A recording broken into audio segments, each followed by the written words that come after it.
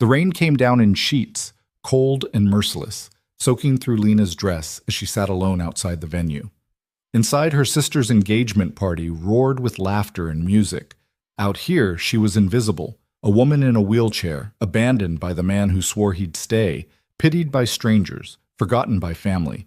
She thought the night had already taken everything. Then a black car pulled up. A man in a dark suit stepped out, his eyes sharp and dangerous. He looked at her not with pity, but with recognition. "You're coming with me," he said. And just like that, her broken world shattered into something far more dangerous. If you want to know where this story goes, follow until the end. Hit like and comment the city you're watching from so I can see how far this story has traveled. Now, the accident happened on a Tuesday. Lena Hart remembered that detail with cruel clarity because Tuesdays used to be her favorite day. It was the day she taught her advanced ballet class, the day she'd watch young dancers find their balance and strength, the day she felt most like herself. But on this particular Tuesday, a delivery truck ran a red light at the intersection of Maple and Fifth, and everything Lena knew about her body, her future, and her life ended in the scream of metal and the shattering of glass. The doctors said she was lucky to be alive. Lucky. The word tasted like ash in her mouth as she lay in the hospital bed, staring at legs that wouldn't move, wouldn't respond, wouldn't do a damn thing she told them to. Temporary paralysis, they called it. Spinal shock. Give it time, they said. Weeks turned into months. The optimism in their voices faded with each appointment. Her boyfriend, ex-boyfriend now, lasted exactly 6 weeks after she came home from the hospital. "This isn't what I signed up for, Lena," Derek had said, standing in the doorway of her apartment like he was afraid to get too close. "I need someone who can. We used to go hiking, dancing, traveling. Now you can't even get out," she'd told him, her voice flat and cold. She didn't cry until after he left. She didn't cry again after that either.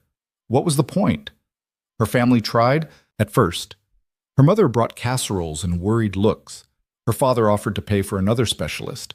Her younger sister, Emma, sent cheerful texts that felt like tiny knives, updates about her perfect life, her perfect fiancé, her perfect engagement party that was coming up in 3 months. Then 2 months. Then 2 weeks. "You'll come, won't you?"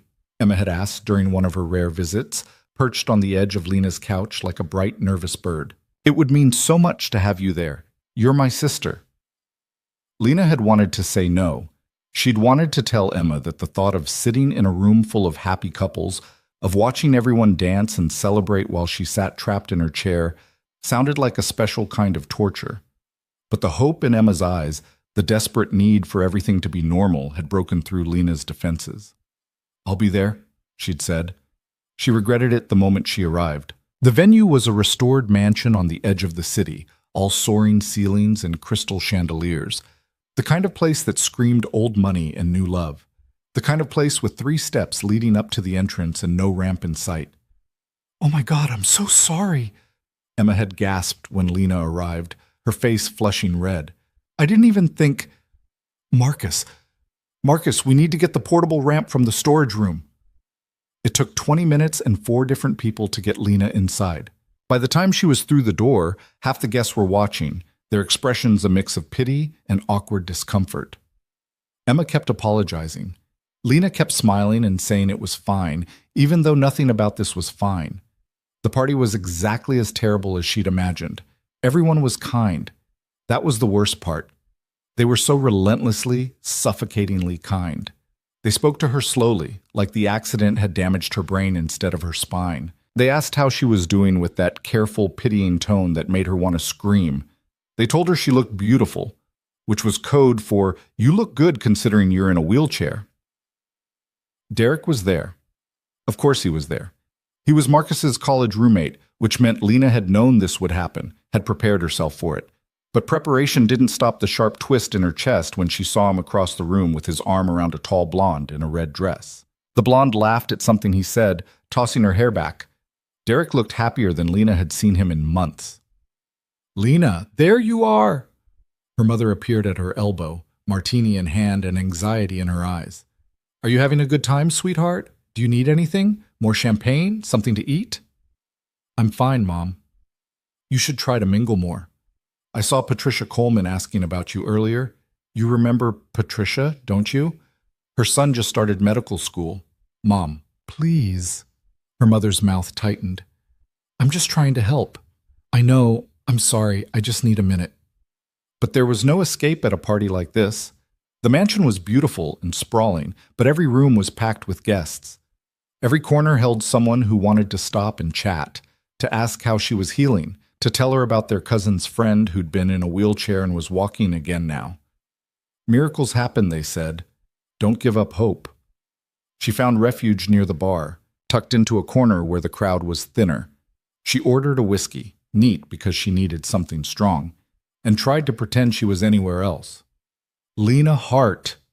The voice came from behind her, low and familiar and unwelcome. She didn't need to turn around to know who it was. Derek. He moved into view, drink in hand, expression carefully neutral. I thought that was you. How are you doing? I'm at my sister's engagement party drinking whiskey in a corner. How do you think I'm doing? A muscle in his jaw twitched. Look, I know this is awkward. It's really not. We broke up. You moved on. That's how these things work. I didn't want it to end the way it did. Then you shouldn't have left. The words came out sharper than she intended, but she didn't take them back. Derek's face flushed. That's not fair. You know how hard it was for me, too. Watching you suffer, not being able to help. You could have stayed. And done what, Lena? Watched you sit in that chair for the rest of your life? Pretended everything was okay when it clearly wasn't? He caught himself, lowered his voice.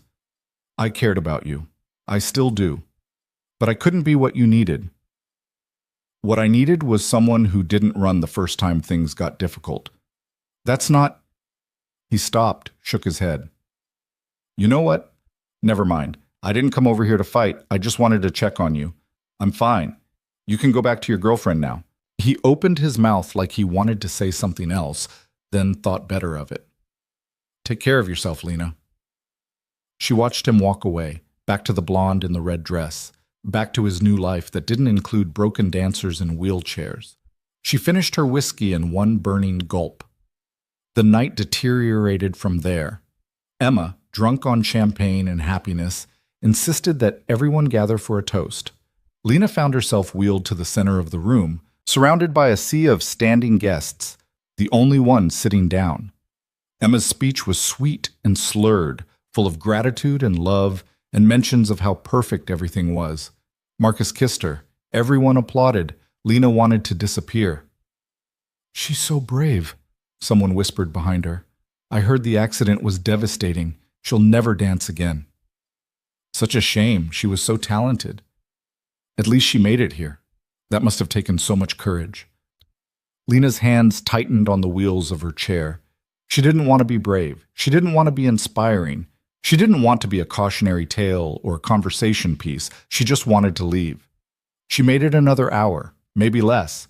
Time had gone strange and syrupy, stretching out in painful increments. Finally, when she couldn't take another pitying glance or well-meaning comment, she wheeled herself toward the exit. Lena? Where are you going? Emma caught her near the door, her face flushed and happy. I'm tired. I'm going to head out. Already? But we haven't even cut the cake yet. I know. I'm sorry. I need to go.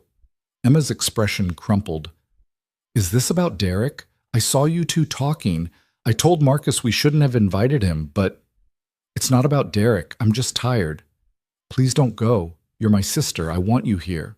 Lena looked at Emma, at her perfect makeup and perfect dress and perfect happiness, and felt something crack inside her chest. You want me here because it makes you feel good. It makes you feel like you're being supportive and inclusive. But the truth is, Emma, I don't belong here. Look at me. Look at all of them. She gestured at the crowd behind her. I'm the tragedy in the corner, the brave cripple who showed up to prove she's not broken. Well, guess what?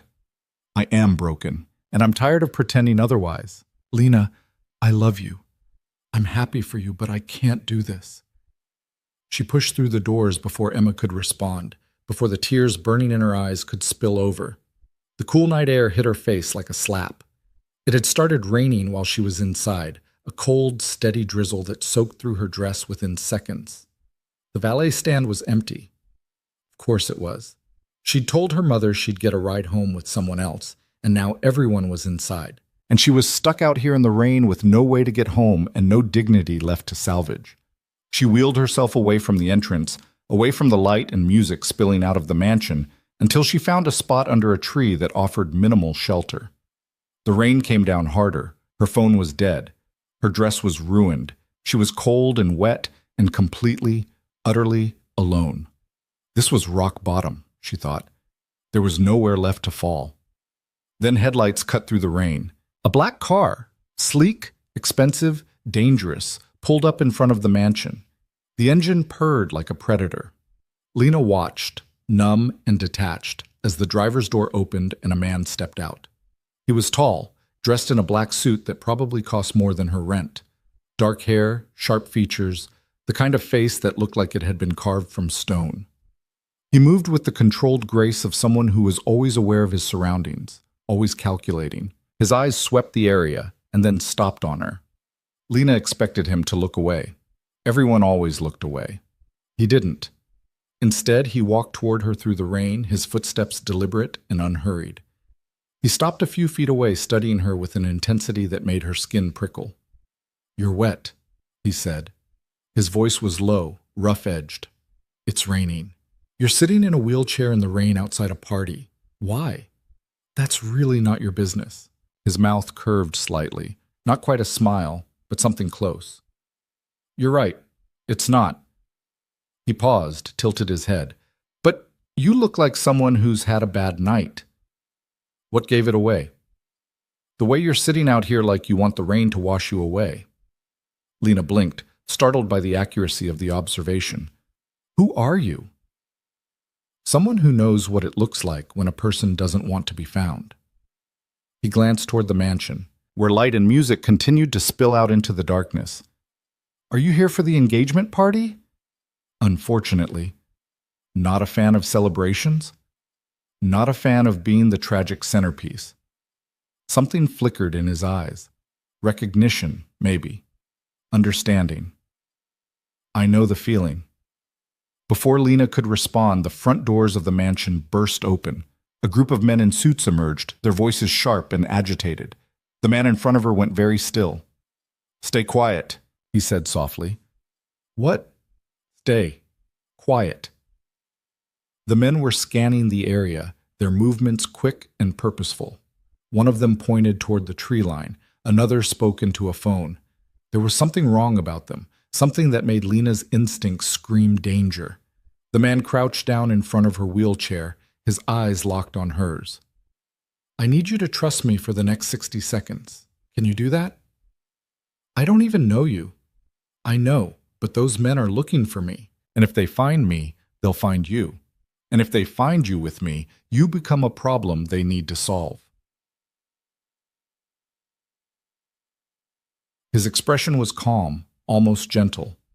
"I don't let innocent people become problems. So I'm going to get you out of here. Nod if you understand." Lena should have been terrified. She should have screamed for help. But something in his voice, in the steady certainty of his gaze, made her believe him. She nodded. "Good girl." He straightened, moved behind her chair, and started pushing her deeper into the shadows. The men were spreading out now, calling to each other. One of them was heading in their direction. The stranger's hand came down on her shoulder, a light touch, but firm enough to keep her still. They waited, hidden in the darkness, as the man passed within 10 feet of them. Lena held her breath, her heart hammered against her ribs. Finally, after what felt like an eternity, the men regrouped near the front entrance and headed inside. The stranger released her shoulder. "They'll be back. We need to move." "Move where?" "My car." "I'm not getting in a car with a stranger who's being hunted by—" "What, exactly?" "Who were those people?" "People you don't want to meet." He came around to face her again, and for the first time she saw something raw in his expression. Urgency. "I don't have time to explain, but if you stay here, there's a chance they'll come back and ask you questions. Questions about me, and when they don't like your answers, they'll hurt you. Is that clear enough?" Lena's mouth went dry. Why would they think I know anything about you? Because they saw my car pull up. Because you're the only person out here. Because they're paranoid and violent, and they don't need much of a reason. He held out his hand. Please, let me get you somewhere safe. Every rational part of Lena's brain was screaming at her to refuse, to wheel herself back inside, find Emma, call the police. But the rational parts of her brain had been drowned out by months of pain and isolation and desperation. And this man, this dangerous stranger, was looking at her like she mattered, like she was worth protecting. Maybe that was enough. Okay, she whispered. Relief flashed across his face. He moved behind her chair again and pushed her toward the black car. The rain was coming down harder now, turning the ground to mud. He opened the passenger door, then turned to her. I'm going to lift you. Is that all right? She nodded, too stunned to speak. He bent down, slid one arm under her knees and the other behind her back, and lifted her like she weighed nothing. For a moment, she was pressed against his chest, close enough to feel the steady beat of his heart, close enough to smell rain and expensive cologne. Then he was settling her into the passenger seat, adjusting her legs carefully, buckling her in. He folded the wheelchair with quick, efficient movements and put it in the trunk. Then he was in the driver's seat, starting the engine, pulling away from the mansion with controlled speed. Lena watched the lights fade in the rearview mirror. What just happened? I saved your life. That's not an answer. It's the only one I have right now. He glanced at her, his expression unreadable. What's your name? Lena. Lena Hart. Lena. He said it carefully, like he was testing the weight of it. I'm Damien Cross.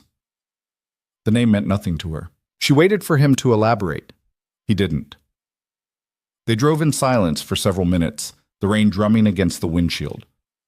Lena's mind was racing, trying to piece together what had just happened. Men in suits, a chase, danger. This was insane. She should demand that he take her home immediately, but she didn't. Where are we going?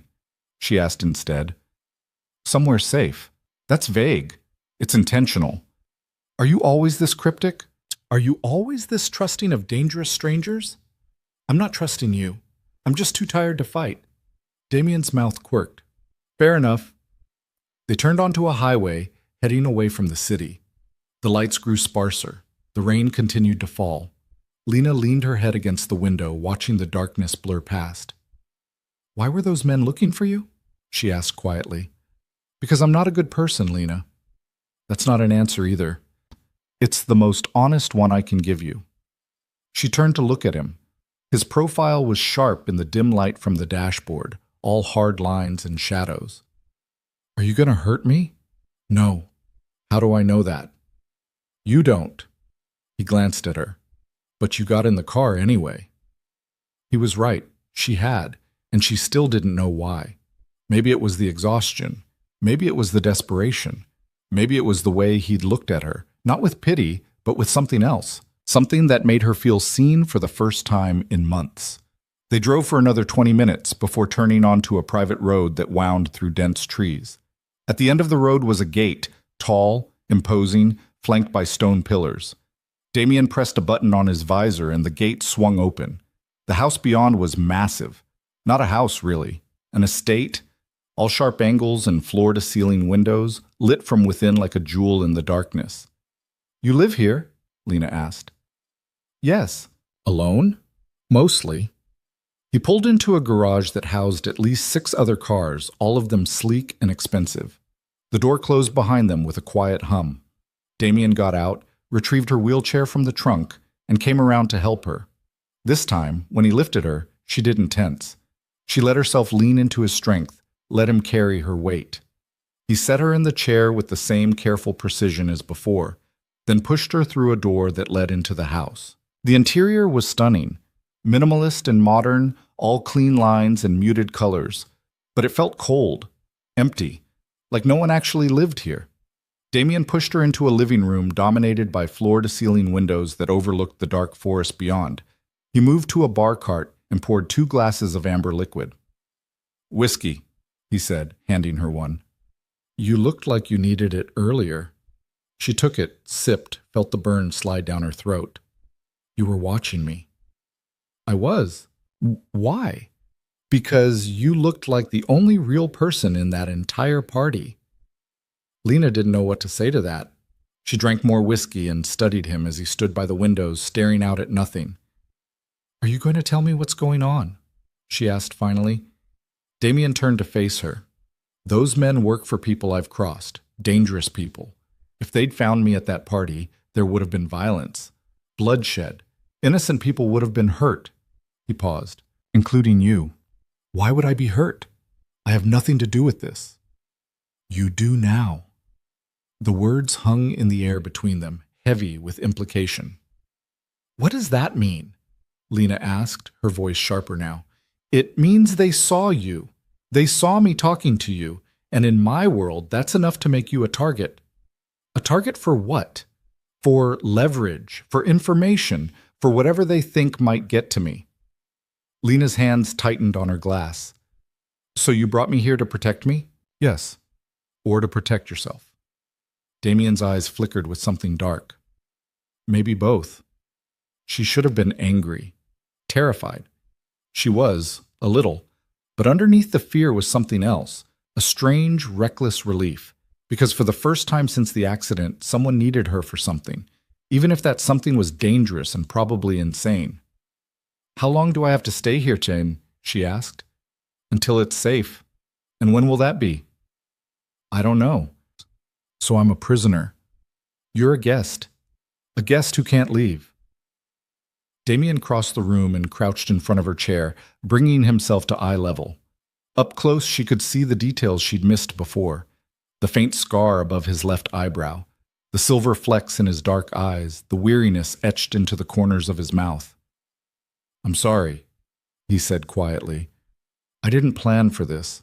I didn't plan for you. But now that you're here, I'm going to keep you safe, whether you believe that or not. I don't know what to believe. Then believe this. No one is going to hurt you while you're under my protection. I promise you that. His voice was steady, absolute, and despite everything, the strangeness of the situation, the danger, the impossibility of it all, Lena believed him. Okay, she whispered. Damien stood, moved to the windows again. There are guest rooms upstairs. I'll have someone prepare one for you. Someone? I have staff. They're discreet. Of course you do. A ghost of a smile crossed his face. Get some rest, Lena. Tomorrow we'll figure out what comes next.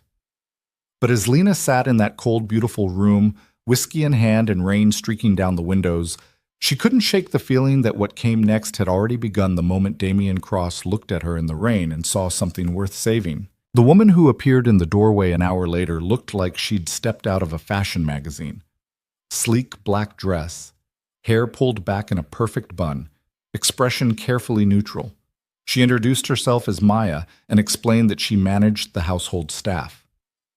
Mr. Cross asked me to show you to your room, Maya said, her tone polite but distant. I've prepared the East Wing guest suite. If you need anything, there's a phone by the bed. Lena followed as Maya pushed her wheelchair through hallways that felt more like a museum than a home. Everything was pristine, expensive, untouched. No family photos on the walls, no clutter, no warmth. The guest suite was larger than Lena's entire apartment. King-size bed, sitting area, bathroom with a walk-in shower that had been retrofitted with accessibility bars and a shower chair. Someone had thought ahead. Mr. Cross had these installed after you arrived, Maya said, noticing Lena's gaze. He wanted you to be comfortable. How thoughtful, Lena said, unable to keep the edge from her voice. Maya's expression didn't change. I've laid out some clothes for you. They should fit. Breakfast is at 8, but I can bring something to your room if you prefer. I'll come down. Very well. Good night, Miss Hart. After Maya left, Lena sat in the middle of that enormous room and felt the full weight of her situation settle over her. She was in a stranger's house, hidden from people who apparently wanted to hurt her, with no way to leave and no idea how long she'd be here. This was insane. All of it. She should call someone. Her mother. Emma. The police. But when she reached for her phone, she found it still dead in her purse. And when she looked around the room for a charger, she realized she didn't actually want to make those calls. What would she say? That she'd left Emma's party with a dangerous man who'd saved her from other dangerous men? That she was hiding in a mansion in the woods like some kind of fairy tale gone wrong? They'd think she'd lost her mind. Maybe she had. Lena transferred herself to the bed, a practiced movement that still required effort and left her breathless. She lay there staring at the ceiling, listening to the rain against the windows, and tried not to think about how the last time someone had carried her, it had been paramedics loading her into an ambulance. Damien had carried her differently, like she was fragile but not broken, like she mattered. She hated that she'd noticed. Sleep came eventually, fitful and full of dreams about car crashes and men in dark suits and eyes that saw too much. Morning arrived with pale sunlight filtering through gauze curtains. Lena woke disoriented, momentarily forgetting where she was. Then memory crashed back and she groaned. The clothes Maya had left were surprisingly practical.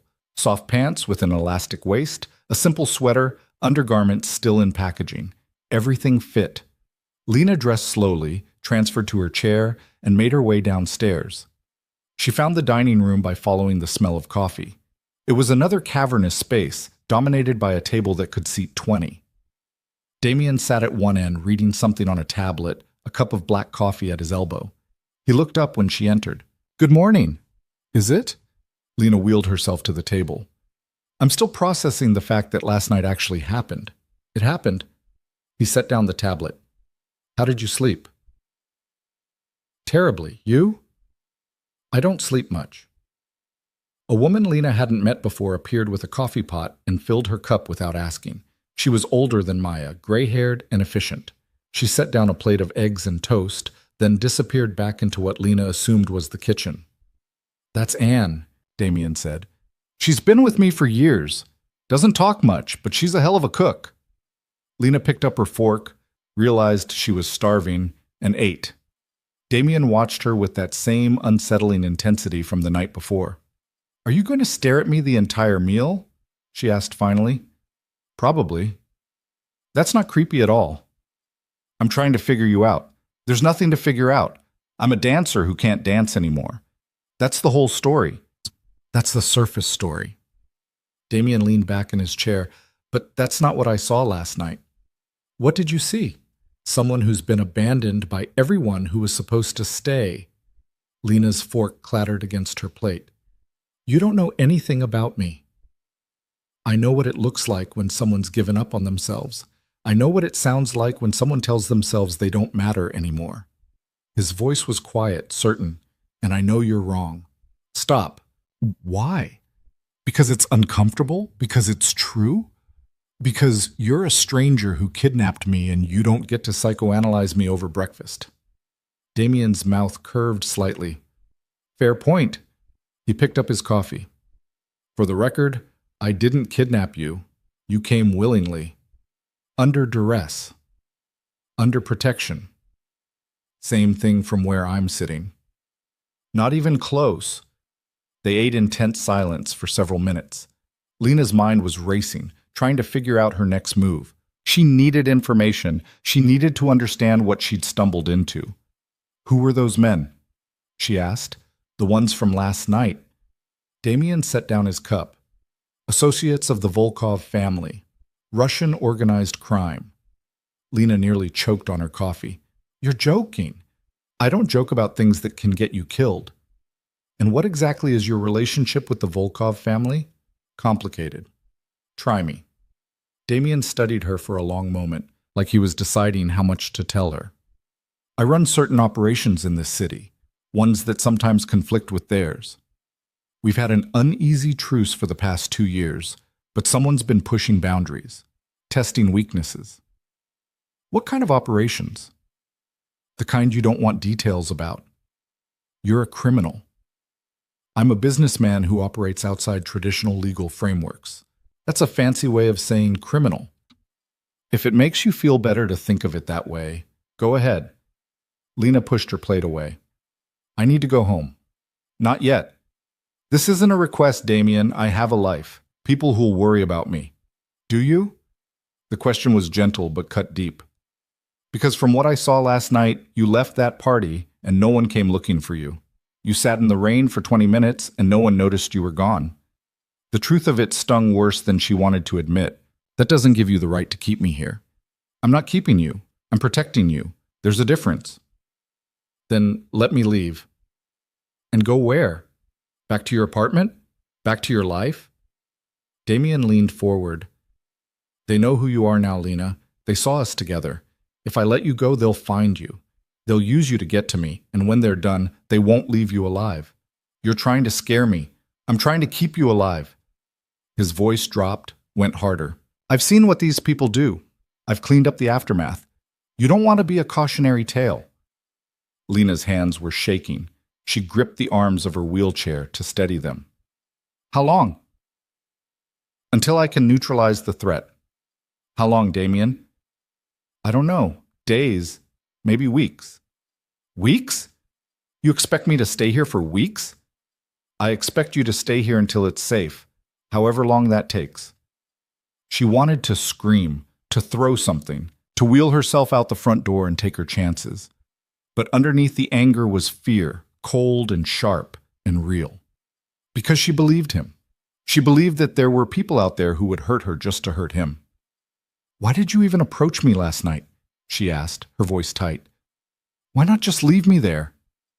Damien was quiet for a moment. When he spoke, his voice was different, rougher. Because you looked like I felt, alone in a room full of people, invisible. And I thought... He stopped, shook his head. It doesn't matter what I thought. Tell me. I thought maybe we weren't as different as we looked. The admission hung between them, raw and unexpected. Lena didn't know what to do with it. Anne appeared to clear the plates, breaking the moment. Damien stood, picked up his tablet. I have work to do. Maya will be here if you need anything.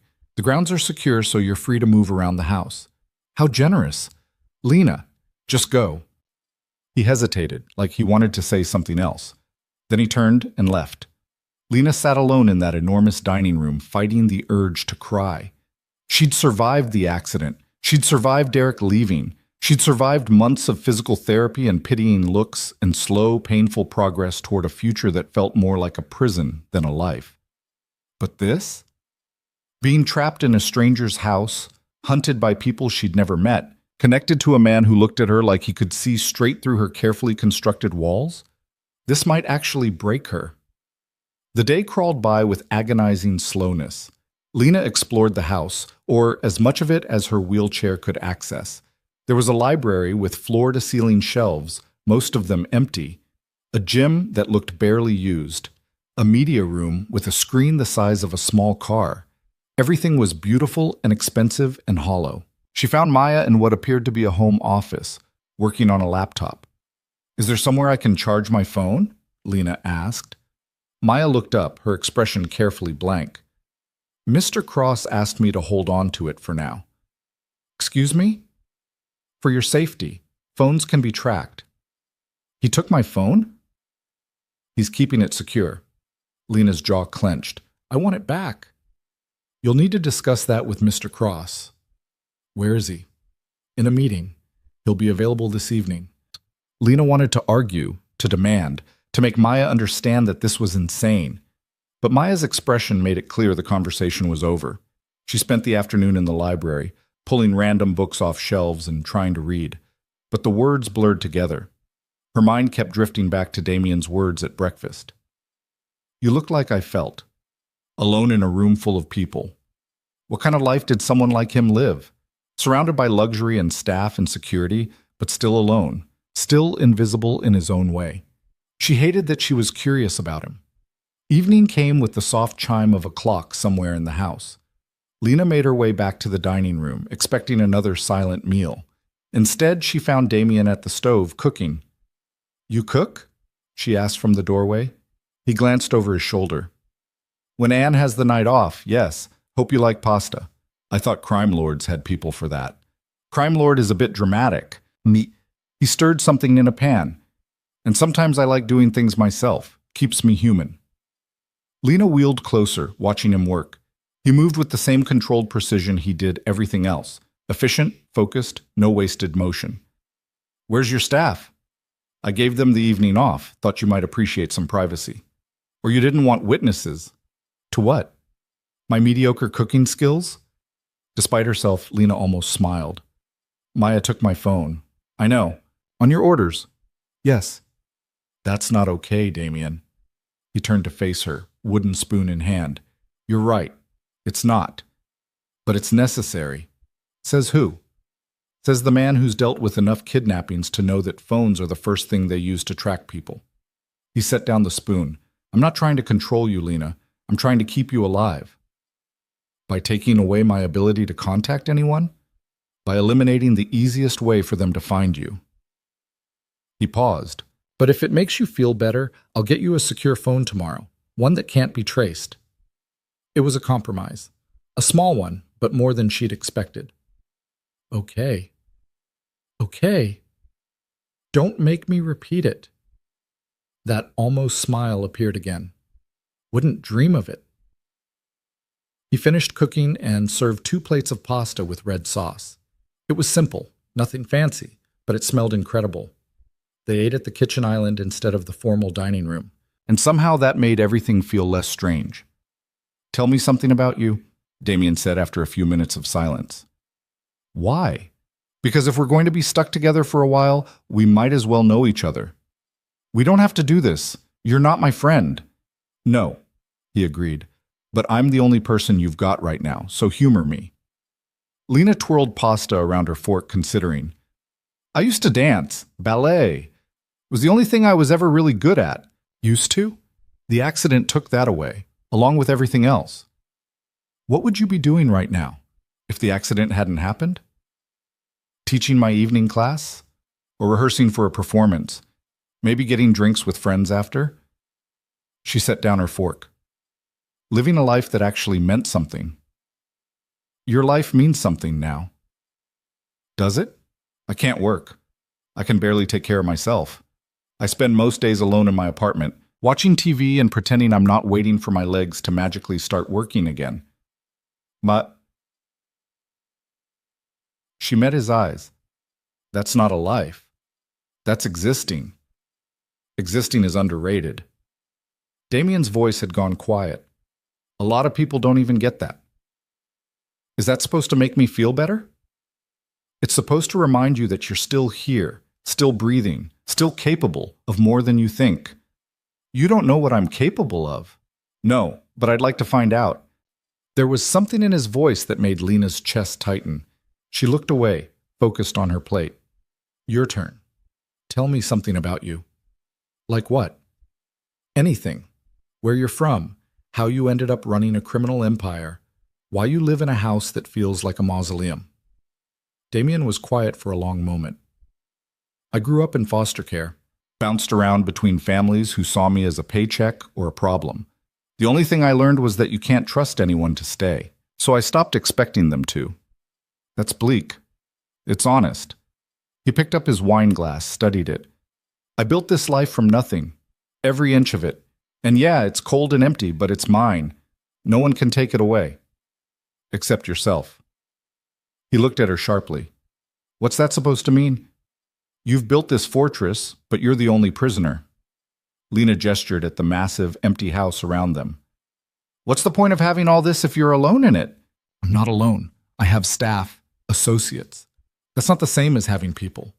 And you're an expert on having people? The jab landed. Lena flinched. No, I'm an expert on losing them.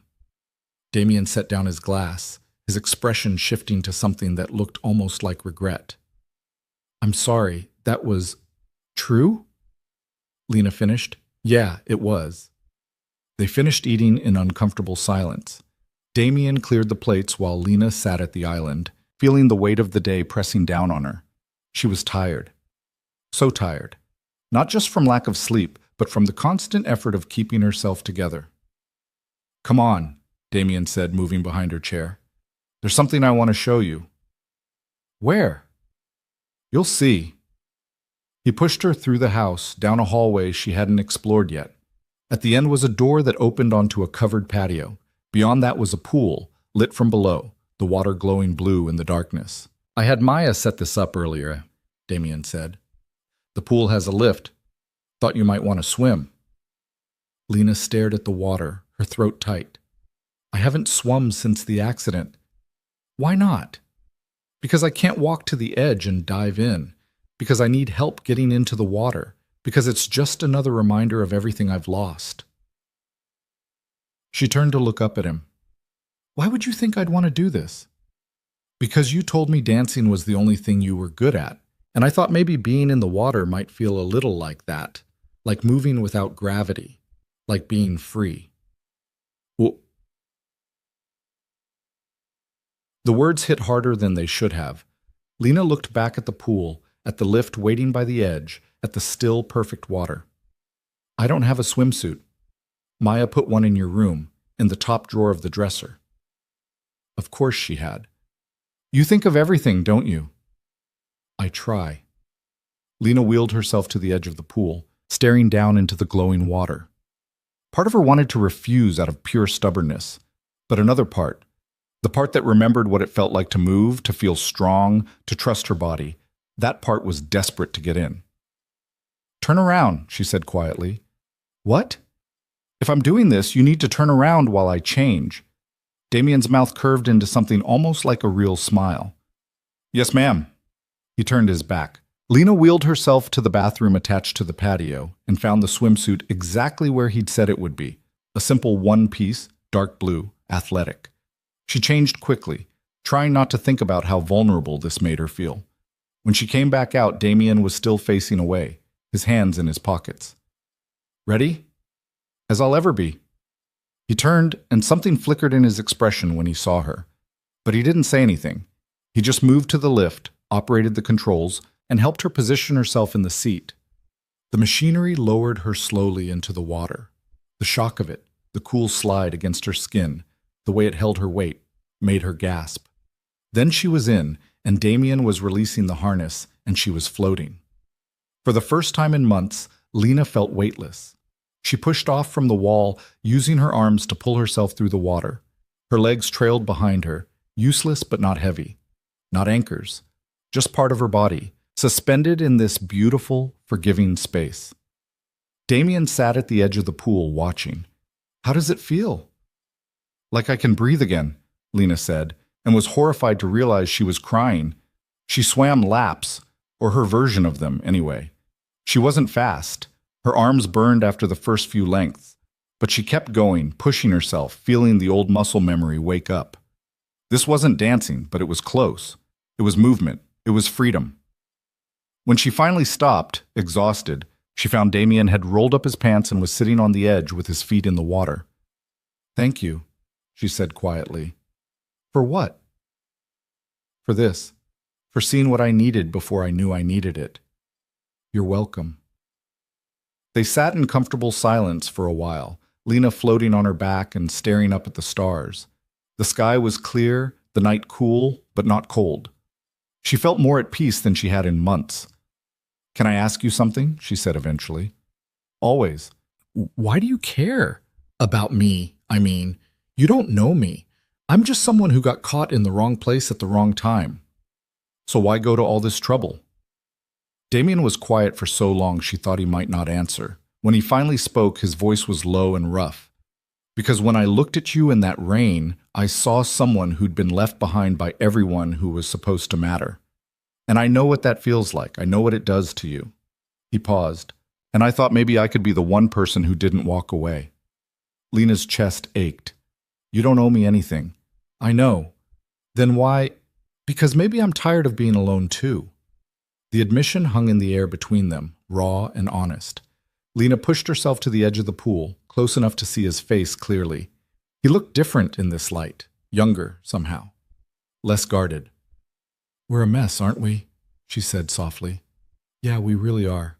But for the first time since the accident, Lena didn't feel broken. She felt like maybe, just maybe, she could be put back together. And the man sitting beside her, dangerous and damaged and somehow kind, felt like someone who might understand how to do it, even if neither of them had any idea what came next. The next 3 days fell into an uneasy rhythm.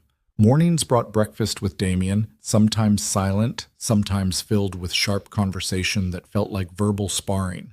Afternoons, Lena had the house mostly to herself, while Damien disappeared into his office for hours at a time, dealing with whatever dark business kept his empire running. Evenings meant the pool, that glowing sanctuary where she could move and breathe and forget, just for a little while, about everything outside these walls. Damien always sat at the edge and watched, never intrusive, never commenting, just there, present in a way no one else had been in months. On the fourth morning, Lena woke to raised voices downstairs. Male voices, angry and sharp. She dressed quickly and wheeled herself toward the sound, her pulse picking up speed. The voices were coming from Damien's office. The door was partially open. She stopped just outside, listening. "Don't care what Victor wants," Damien was saying, his voice hard and cold. "He doesn't make demands. Not in my territory." "He's not asking, Damien." The other voice was unfamiliar, rough with an accent she couldn't place. "He's telling you. The girl goes back to her life, or this gets messy." "It's already messy. He made it messy when he sent his dogs to Emma Hartley's engagement party. You made it messy when you took her. I saved her. There's a difference. Not to Victor." There was a pause. When Damien spoke again, his voice had dropped to something dangerous. "Tell Victor that Lena Hart is under my protection. Anyone who touches her answers to me. And remind him what happened to the last people who tested me." "You're starting a war over some crippled dancer? That's your play?" The casual cruelty of the words made Lena flinch, but before she could process it, Damien's voice cut through like a blade. "Call her that again, and they'll need dental records to identify you." Silence. Then footsteps heading toward the door. Lena barely had time to wheel herself back before a stocky man in an expensive suit emerged, his face flushed with anger. He looked at her, his lip curling, then walked past without a word. Damien appeared in the doorway seconds later. His expression was controlled, but she could see the tension in his shoulders, the tightness around his eyes. "How much did you hear?" he asked quietly. "Enough." Lena wheeled closer. "Who was that?" "A messenger from the Volkov family. They want me. They want to use you. It's not the same thing. And you told them no." "I told them to go to hell." Damien ran a hand through his hair, a rare break in his composure. "This is escalating faster than I expected." "What does that mean?" "It means Victor Volkov is pushing harder than he should be, which means something else is going on, something I'm missing." Lena's hands tightened on her wheelchair. "Let me go." Damien's eyes snapped to hers. "What? You heard me? Let me go. Give them what they want and end this before it gets worse." "Absolutely not." "Damien, this is insane. You're starting a war over someone you barely know. I know enough." He crossed the space between them in 2 strides, crouching down so they were eye level. "I know you deserve better than being used as a pawn. I know you've been abandoned enough for one lifetime. And I know that if I let you go, they'll hurt you just to prove they can. You don't know that." "Yes, I do, because I've seen what they do to people who get caught in the middle. I've cleaned up the aftermath, Lena. I've identified bodies that were barely recognizable. So no, I'm not letting you go. Not now. Not ever." The ferocity in his voice stole her breath. "Why are you doing this?" "Because someone has to." That's not an answer. Damien stood abruptly, turning away from her. "It's the only one I have." Before Lena could respond, Maya appeared in the hallway, her face pale. "Mr. Cross, there's a situation." Damien's entire demeanor changed. "What kind of situation?" "Security just reported movement at the north perimeter. 3 vehicles, armed." The temperature in the room seemed to drop 10 degrees. Damien's hand went to his phone. "How long?" 5 minutes, maybe less. "Get Anne and the others to the safe room, now." He looked at Lena. "You need to come with me." "What's happening?" "They're not waiting for an answer anymore. They're coming for one." He moved behind her chair and started pushing, fast. Maya was already running toward the kitchen. They passed Anne in the hallway, the older woman's expression grim but calm as she headed in the opposite direction. Damien navigated them through the house with practiced efficiency, down a corridor Lena hadn't seen before. At the end was a door that looked like solid wood, but opened to reveal a steel security entrance. He pressed his palm to a scanner, and the door slid open. Beyond was a room that looked like something out of a military bunker.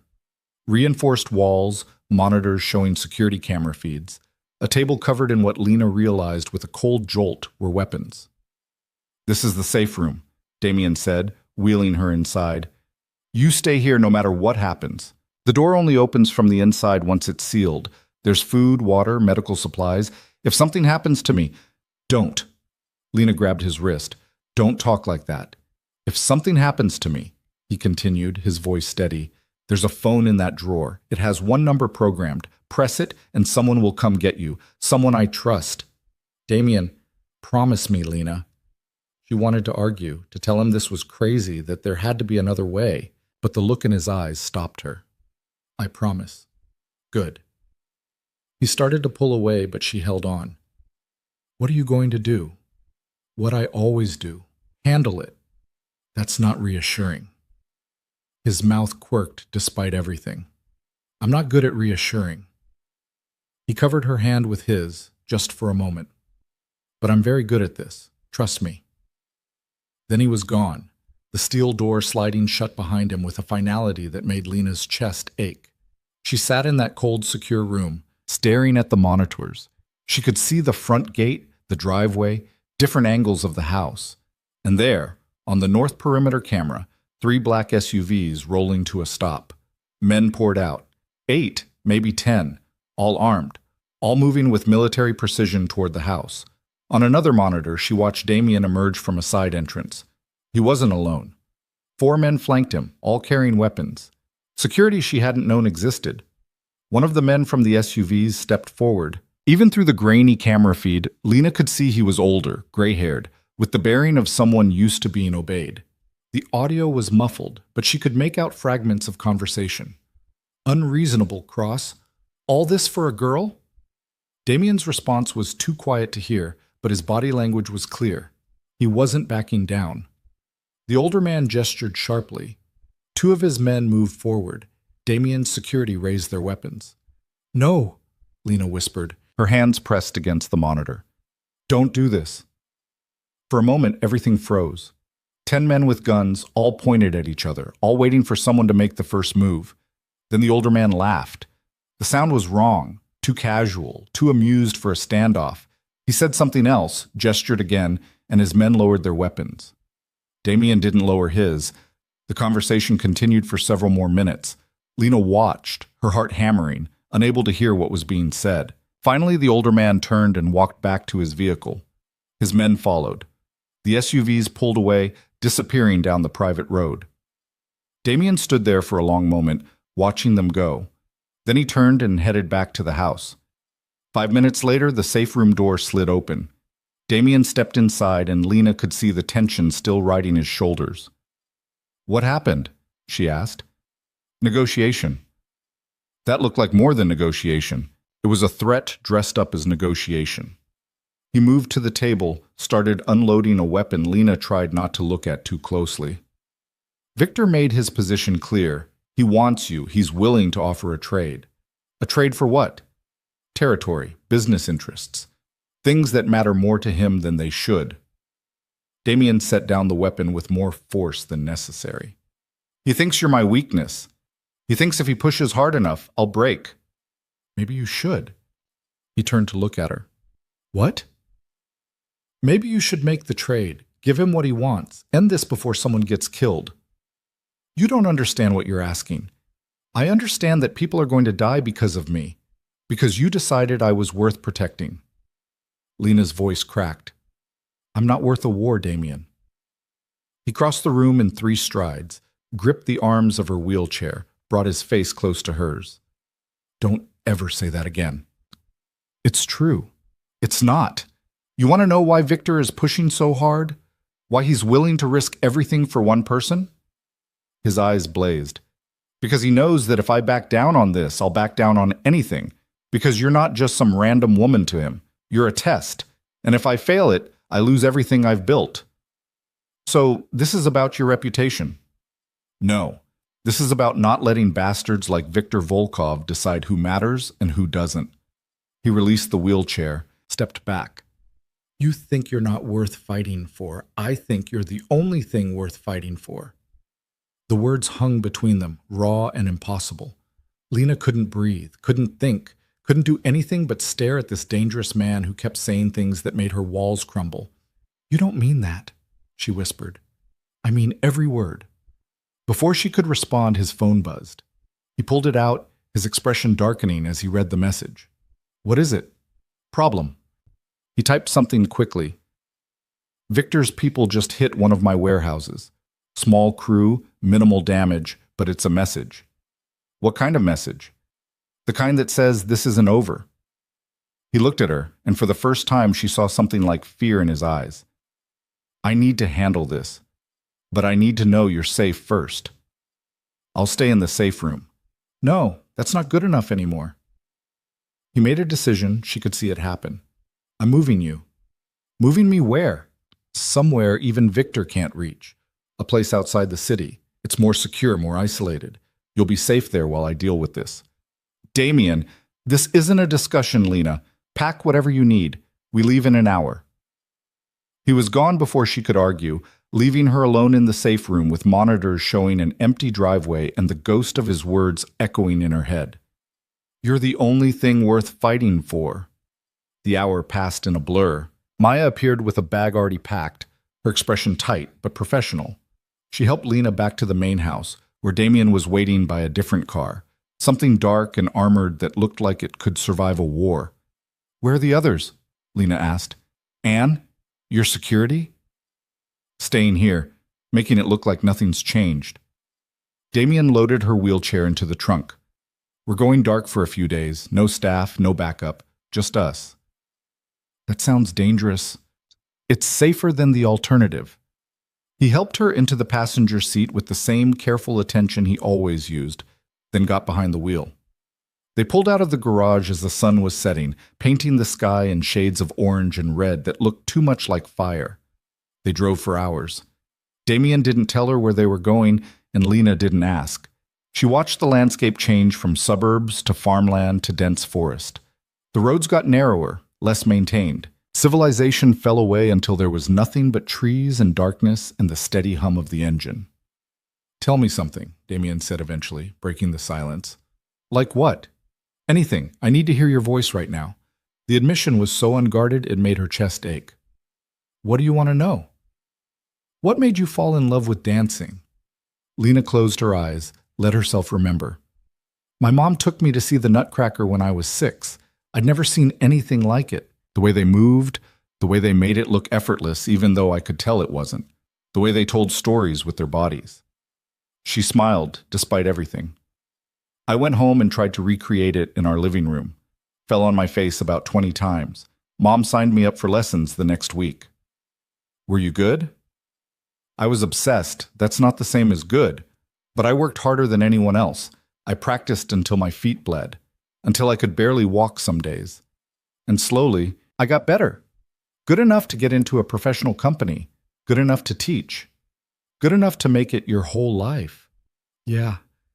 The word came out heavy. That's the problem with making something your whole life. When you lose it, you lose yourself too. Damien's hand found hers in the darkness. You haven't lost yourself. You've just lost the container you were keeping yourself in. There's a difference. That sounds like something you read in a fortune cookie. It sounds like something I learned the hard way. His thumb traced circles on her palm. I spent years building this empire, becoming someone people feared, someone who mattered, and then I realized I'd built a prison, just a really expensive one. So why don't you leave? Because I don't know who I am without it, same as you don't know who you are without dancing. His words struck too close to home. Lena looked down at their joined hands. We're both pretty broken, aren't we? Yeah, but maybe broken pieces can fit together in new ways. Before she could process that, headlights appeared in the rear-view mirror. Damien's entire body went tense. He checked the mirror, checked again, then pressed down on the accelerator. What's wrong? Lena asked. We're being followed. She twisted to look behind them. 2 sets of headlights, getting closer. Are you sure? I've been watching them for the last 10 miles.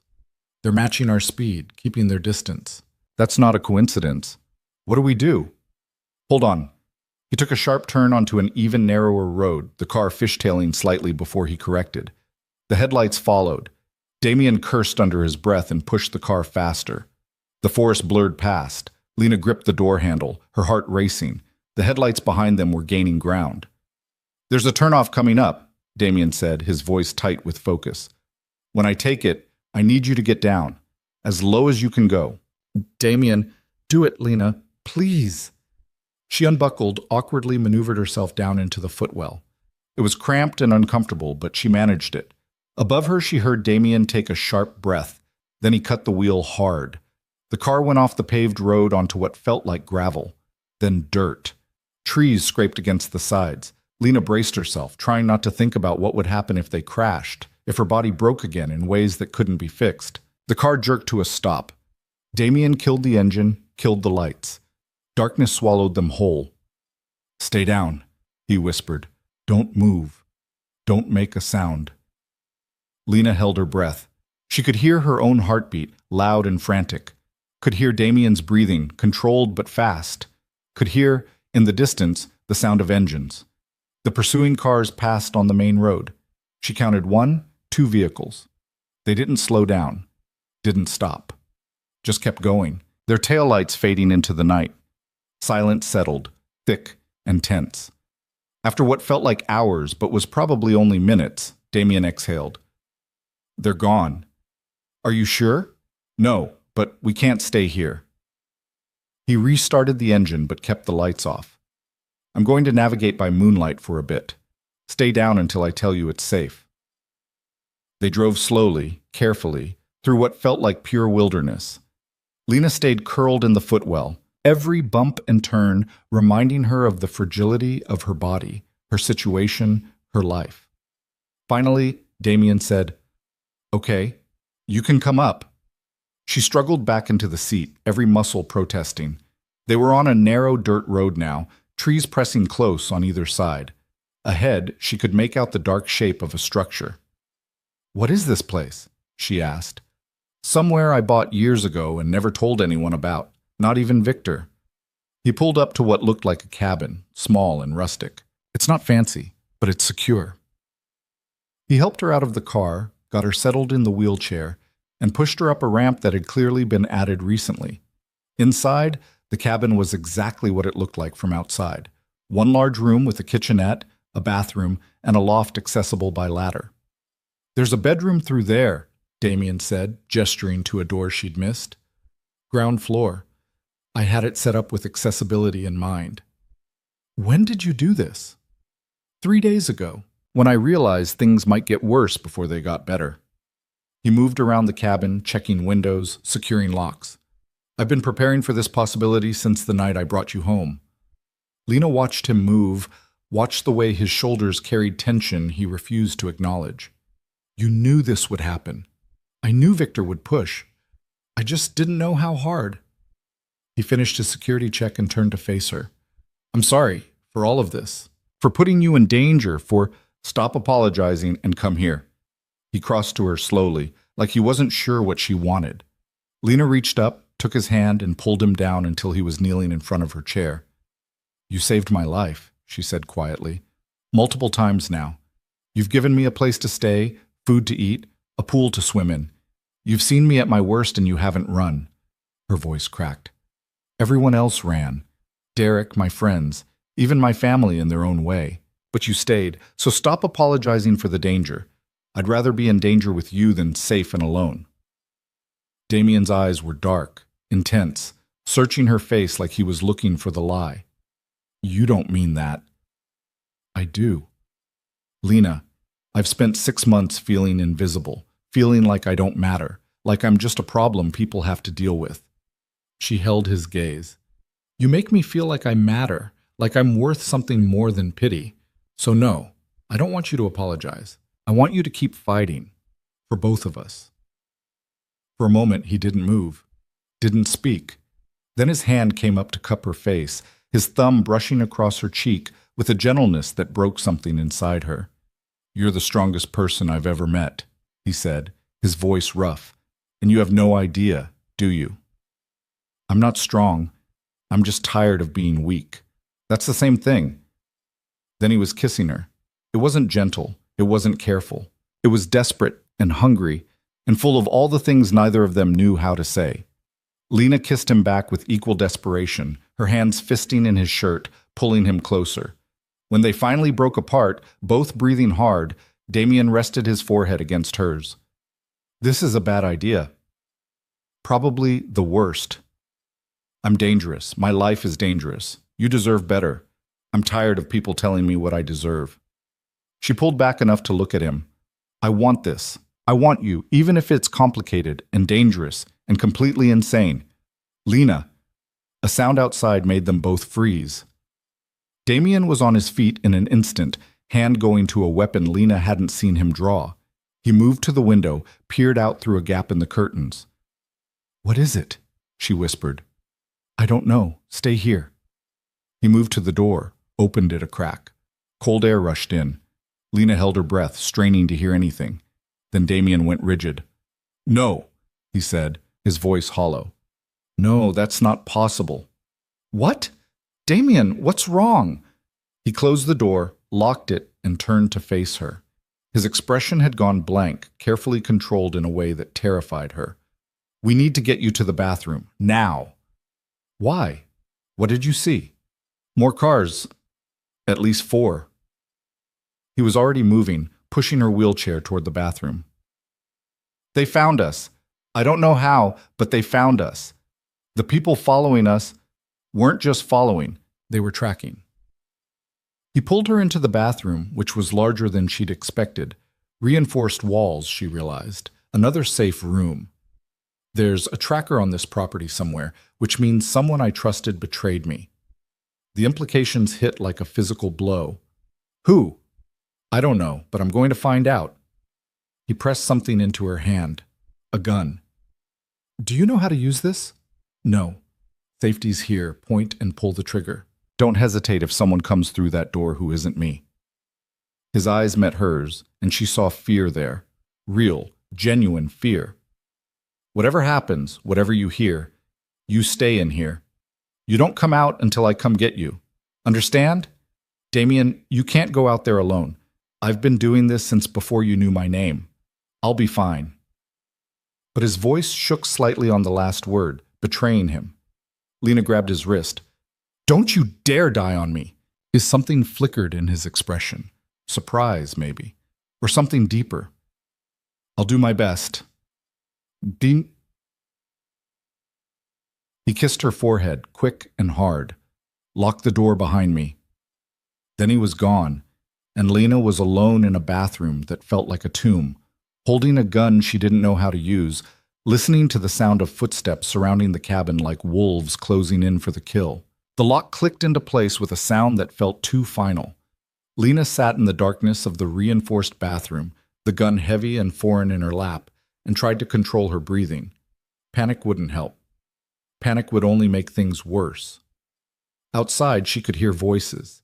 Men shouting orders, footsteps crunching on gravel. And somewhere in the middle of it all, Damien's voice, calm and cold. You're trespassing on private property. Leave now and we'll call this a misunderstanding. A laugh. Deep, rough, unmistakably hostile. Still playing games, Cross? We tracked you here.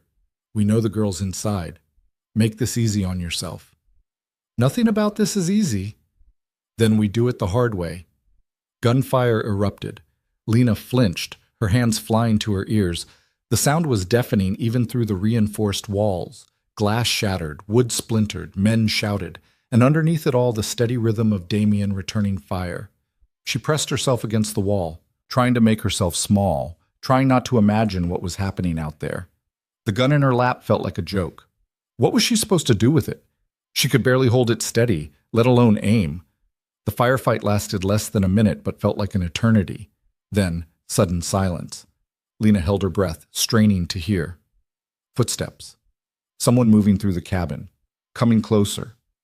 Her finger found the safety on the gun, clicked it off the way Damien had shown her. She raised the weapon with shaking hands, aimed it at the door. The handle turned. Lena, it's me. Don't shoot. Damien's voice. She nearly sobbed with relief. Are you okay? Open the door. She unlocked it, and he stumbled inside. Blood stained his shirt. Too much blood. His face was pale, his movements careful in a way that screamed pain. Oh my God, Lena breathed. You're hurt. I'm fine, just a graze. But the way he leaned against the wall said otherwise. We need to move. Now. There'll be more. You're bleeding. I said I'm fine. His voice came out sharper than he probably intended. He took a breath, softened. I need you to trust me. Can you do that? She nodded, set the gun aside. Damien pulled her wheelchair through the doorway, and Lena's breath caught at the destruction outside. The cabin's front window was blown out. Bullet holes punctured the walls. 3 bodies lay motionless on the floor. She tried not to look at them. Failed. They're dead? Her voice came out smaller than she wanted. Yes. Damien didn't apologize for it, didn't offer comfort. He just wheeled her past the carnage to the door. The car's still functional. We have maybe 10 minutes before reinforcements arrive. He got her into the passenger seat, threw the wheelchair in the trunk, and slid behind the wheel. His movements were getting slower. The blood on his shirt was spreading. Damien, you need a hospital. Hospital means questions. Questions mean police. Police mean Victor finds out exactly where we are. He started the engine. I've got a first aid kit. I'll patch myself up once we're somewhere safe. Where is safe anymore? I'm working on that. They drove into the forest, no headlights. Damien navigating by moonlight and what looked like pure instinct. Lena watched him in the dim glow of the dashboard. His jaw was clenched, his breathing shallow. Every bump in the road made him wince. Talk to me, she said. Keep yourself conscious. I'm conscious. Then tell me how they found us. You said someone betrayed you. His hands tightened on the wheel. The only people who knew about that cabin were me and the contractor who did the accessibility modifications. I paid him well to keep quiet, apparently not well enough. Or someone else found out. Or that. He took a turn too fast, corrected. Doesn't matter now. What matters is getting you somewhere they can't reach. What about you? I'll figure it out. That's not an answer. It's the only one I have right now. He glanced at her, and even in the darkness she could see the exhaustion in his eyes. I'm sorry for all of this. You didn't ask for any of it. Neither did you. I chose this life. You just got caught in the crossfire. Lena reached over, placed her hand on his arm. Stop acting like you regret protecting me, because I don't regret it, not for a second. He was quiet for a long moment. When he spoke, his voice was rough. You should. They drove for another 30 minutes before Damien pulled off onto what barely qualified as a road. At the end was a small motel, the kind that had seen better decades. Half the neon sign was burned out. Only 3 cars sat in the parking lot. We're staying here? Lena asked. Just for a few hours, while I figure out our next move. He parked in the shadows, away from the office. Wait here. He disappeared inside the motel office, returning 5 minutes later with a key. He drove to a room at the far end of the building, backed in so the car faced the exit. Paranoia or preparation, Lena wasn't sure anymore. The room was exactly as depressing as she'd expected. Faded wallpaper, sagging bed, smell of old cigarettes and industrial cleaner. But it had a ground floor entrance and a bathroom, which was more than some places. Damien helped her inside, then immediately locked the door, drew the curtains, and wedged a chair under the handle. Only then did he allow himself to lean against the wall, his face going gray. First aid kit, Lena said. Where is it? In the car, but I can... Sit down before you fall down. He looked like he wanted to argue. Instead, he lowered himself onto the edge of the bed with a grimace. Lena wheeled herself to the door. What are you doing? He asked. Getting the first aid kit, unless you'd rather bleed to death while being stubborn. Lena, you can't... Watch me. She unlocked the door, rolled herself to the car, and found the kit in the back seat. By the time she returned, Damien had removed his shirt. The wound was high on his left side, an angry gash that was still bleeding sluggishly. You said it was a graze, Lena said, her voice tight. It is. That's not a graze, that's a... I don't know what that is, but it's bad. I've had worse, He took the kit from her, opened it. His hands were shaking slightly. Lena rolled closer. Let me. You don't have to. Damien, let me help you. Their eyes met. Something passed between them. Trust, maybe. Or just exhaustion. He handed her the antiseptic and gauze. Lena had never done this before. Had never cleaned a bullet wound. Never held someone's life in her hands quite this literally. But she remembered watching medical shows. Remembered basic first aid from the ballet company's safety training.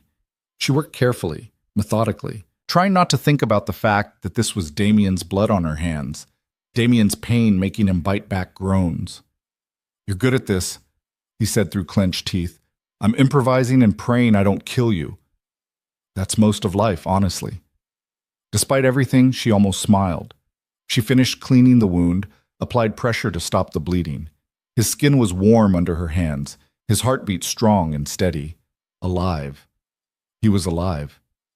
It needs stitches, she said quietly. I know. I'll do them in a minute. You're going to stitch yourself up? Not the first time. The casual way he said it made her chest ache. What kind of life had he lived where stitching his own wounds was routine? She watched as he threaded a needle with steady hands, then started suturing the wound with a competence that spoke of too much practice. Where did you learn to do that? She asked. Trial and error. Mostly error. He pulled the thread through, his jaw tight. When I was younger, hospitals meant questions. Questions meant social services. Social services meant getting sent back to foster homes that didn't want me. So I learned to take care of myself. That's... Damien, that's horrible. It's life, at least it was mine. He finished the last stitch, cut the thread. Could you hand me that bandage?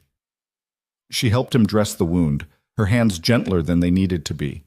When she was done, he caught her wrist. Thank you, he said softly. You don't have to thank me. Yes, I do. You didn't have to help. You could have let me suffer through it alone. His thumb traced circles on her wrist. Everyone else would have. I'm not everyone else. No, you're really not. He was looking at her with that intensity again, the one that made her feel seen and vulnerable and terrified all at once.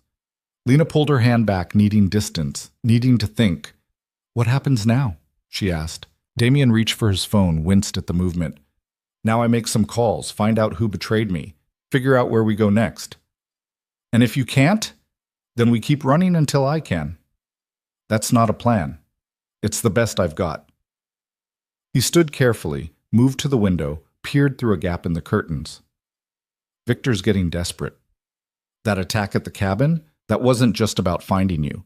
That was about sending a message, about proving he could get to me anywhere. What message? That I'm weak, that I've lost control, that protecting you is making me vulnerable. He turned to face her. In my world, perception is everything. If people think I'm weak, I become weak. Challenges come from everywhere. Alliances crumble. Everything I've built falls apart. Then let me go. No, Damien. I said no. His voice was hard, final. I'm not negotiating this, not with you, not with Victor, not with anyone. Why are you being so stubborn about this? Because giving you up would be the smart play, the strategic play, the play everyone expects me to make. He crossed to her, knelt down so they were eye level. And I'm tired of being smart. I'm tired of sacrificing what matters for what's strategic. For once in my miserable life, I want to choose something because it's right, not because it's profitable. I'm not a cause, Damien. I'm not some noble sacrifice. You're the first person in 20 years who's made me feel like I'm more than the sum of my worst decisions. His hand cupped her face. You're the first person who's looked at me and seen something worth saving. So no, I'm not letting you go. Not now, not ever. Even if it costs me everything. The raw honesty in his voice stole her breath. You barely know me. I know enough. I know you're strong enough to survive things that would have broken anyone else. I know you're kind even when the world hasn't been kind to you. I know that when you look at me, you don't see a monster. You see... He stopped, shook his head. I don't know what you see, but it's more than I deserve. I see someone who stayed, Lena whispered. Someone who fights for what he cares about. Someone who's been hurt but hasn't let it make him cruel. She covered his hand with hers. I see someone worth knowing, worth trusting, worth... The window exploded inward. Glass rained down as Damien threw himself over Lena, shielding her body with his. Something metal clattered across the floor, round, smoking. Flashbang, Damien shouted. Close your eyes! The world went white and screaming, sound and light and pain all at once. Lena couldn't see, couldn't hear, couldn't think. She felt Damien's weight on her, felt him moving, felt her wheelchair rolling. Then they were in the bathroom. The door slammed. Damien's hands were on her face, checking for injuries. Are you hurt? Lena, are you hurt? She couldn't hear her own voice, couldn't hear his. The ringing in her ears was too loud. But she shook her head, and relief flooded his expression. The bathroom door shuddered. Someone was trying to break it down. Damien pulled his gun, moved to the door. His lips were moving, but Lena couldn't make out the words. The ringing was starting to fade, replaced by muffled sounds. Shouting, footsteps. More than one person. The door splintered. Damien fired through it. Someone screamed. The assault stopped for a moment, then renewed with more force. He turned to her, his expression grim. He was saying something. She read his lips. Stay down. The door gave way. Two men burst through, weapons raised. Damien fired twice in quick succession. Both men dropped. But there was a third coming through fast, and Damien's gun was empty. The man's weapon swung toward Lena. Damien threw himself in front of her. The shot was impossibly loud in the small space. Damien jerked, stumbled back against her wheelchair. For a moment, everything froze. Then Damien surged forward, closing the distance before the shooter could fire again. He grabbed the man's wrist, twisted, and the gun clattered away. They fought. Brutal, close, desperate. Damien was hurt, bleeding from his fresh wound, but he fought with a ferocity that was terrifying to watch. He got the man in a chokehold, squeezed. The man's struggles grew weaker, then stopped. Damien let the body drop and turned to Lena. Blood was spreading across his shirt from multiple places now, the old wound reopened, new injuries she couldn't see yet. We have to go, he said, his voice hoarse. Right now. He got her into the wheelchair, pushed her over the bodies, through the destroyed motel room. Outside, more cars were arriving, headlights cutting through the darkness. Damien got her to their car, threw her wheelchair in the trunk. His movements were getting sloppy, uncoordinated. Too much blood loss. Damien, I know. He started the engine, floored it. Bullets pinged off the car as they peeled out of the parking lot. I know. They made it maybe 3 miles before he started to swerve. Pull over, Lena said. Damien, pull over before you kill us both. Can't stop, they'll catch up. You're going to crash. Better than... He didn't finish. The car drifted into the other lane, and he overcorrected hard. Okay, you're right. He pulled onto a side road, drove until he found a cluster of trees, and tucked the car behind them. The moment he put it in park, he slumped forward against the wheel. Damien! Lena shook his shoulder. His eyes fluttered open, unfocused. Fine. Just need a minute. You need a hospital. No hospitals. You're going to die. Probably. He tried to smile. But not yet. Still got work to do. She wanted to scream at him, to shake sense into him, to make him understand that his stubborn refusal to ask for help was going to get him killed. But she knew that look in his eyes, knew he'd keep going until his body gave out completely. The phone, she said. The secure one you were going to get me. Do you have it? He gestured weakly toward the glove box. She found it, powered it on. Who do I call? Contacts, Marcus. Tell him... He coughed, and blood flecked his lips. Tell him code silver. He'll know what to do. Lena found the contact, pressed call. It rang 3 times before a gruff voice answered. Who is this? My name is Lena Hart. Damien told me to call. He said code silver. A pause. Where are you? I don't know. Somewhere outside the city, in the woods. He's hurt, badly. He needs help. Turn on the phone's location services. I'll track you. Can you hold position for 20 minutes? I don't know. There are people following us. 20 minutes, Miss Hart. Keep him conscious. Keep him talking. I'm on my way. The line went dead. Lena turned to Damien, who was still slumped against the wheel. Help is coming. 20 minutes. You have to stay awake. Tired. I know, but you don't get to check out on me yet. We had a deal, remember? You don't die, I don't die. That was the deal. Don't remember agreeing to that. Well, I'm telling you now, so keep your eyes open and talk to me.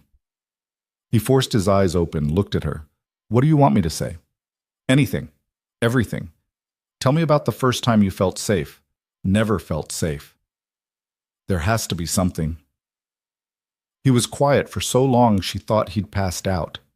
Then, when I was 12, I stayed with this family, the Johnsons. They had a real house, not an apartment, a yard, a dog. His voice was getting softer. Mrs. Johnson made breakfast every morning. Real breakfast. Eggs, bacon, toast. She'd ask about my day like she actually cared about the answer. What happened? I got into a fight at school, broke another kid's nose. They sent me back to the group home. He coughed again. Should have controlled my temper. Should have been better. You were 12. You were allowed to make mistakes. Not in my world. Mistakes got you sent away, got you forgotten. His eyes were drifting closed. Don't want to be forgotten. Hey, look at me. Lena reached over, grabbed his face, forced him to meet her eyes. You are not forgettable. You are not going to be sent away. And you are not allowed to die before I get to know you better. Understand? Bossy, you have no idea. She kept her hands on his face, kept eye contact. Tell me something else. Tell me what you were going to do after all this, when Victor was handled and I was safe. What was the plan? Didn't have one past keeping you alive. Make one now. He tried to focus, struggled. Wanted to, maybe take you somewhere without danger, without people trying to kill us, somewhere you could swim without walls around the pool. His words were slurring. Wanted to see you happy, really happy, not just surviving. We'll do that, Lena said fiercely. We'll go somewhere safe. You'll teach me more about who you really are when you're not fighting for your life. We'll figure out what happens next, together. Together sounds nice. Then stay with me. Stay conscious. Help is coming. The 20 minutes felt like 20 hours. Lena kept talking, kept Damien engaged, watched the color drain from his face as blood continued to seep through his makeshift bandages. Every time his eyes started to close, she'd shake him, say his name, pull him back from wherever he was trying to go. Finally, headlights appeared. A black SUV pulled up beside their car. A man got out, tall, built like he'd spent years in the military, face hard and weathered. Marcus? Lena asked. He nodded, moved immediately to Damien's side of the car. Jesus, boss, you look like hell. Feel worse, Damien managed. Marcus opened the door, assessed the injuries with practiced efficiency. We need to move him. My vehicle's better equipped. Can you transfer yourself, Miss Hart? Yes. Between the two of them, they got Damien into the back of Marcus's SUV, which did indeed look better equipped, more like a mobile medical unit than a vehicle. Marcus had Lena settled in the passenger seat within minutes. Where are we going? She asked. Safe house, real one this time. One Victor doesn't know about. He pulled out onto the road, driving fast but controlled. Got a doctor waiting. In the back, Damien made a sound that might have been protest. Don't even start, Marcus said without looking back. You're half dead and stubborn as hell, but you're not dying on my watch. Boss's orders. Your orders, actually, from about 6 months ago when you made me promise to keep you alive no matter how stupid you got. Despite everything, Damien laughed. It turned into a cough. Forgot about that. Yeah, well, I didn't. They drove for another 40 minutes, deep into territory Lena didn't recognize.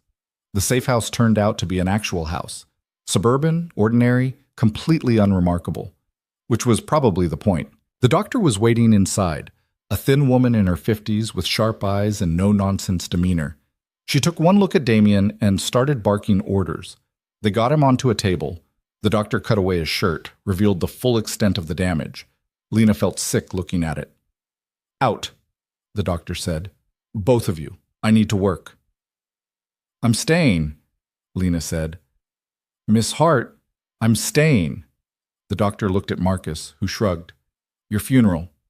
Just stay out of my way. For the next hour, Lena watched the doctor work.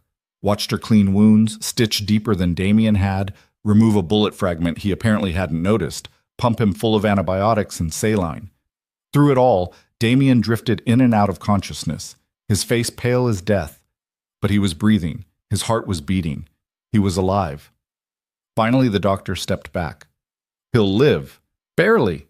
Needs rest, antibiotics, probably a week of bed rest minimum. She looked at Lena.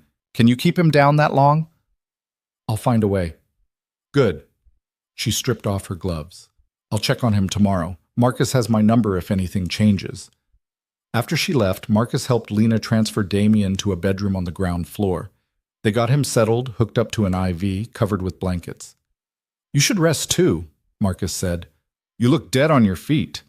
I'm fine. That's what he always says, right before he collapses.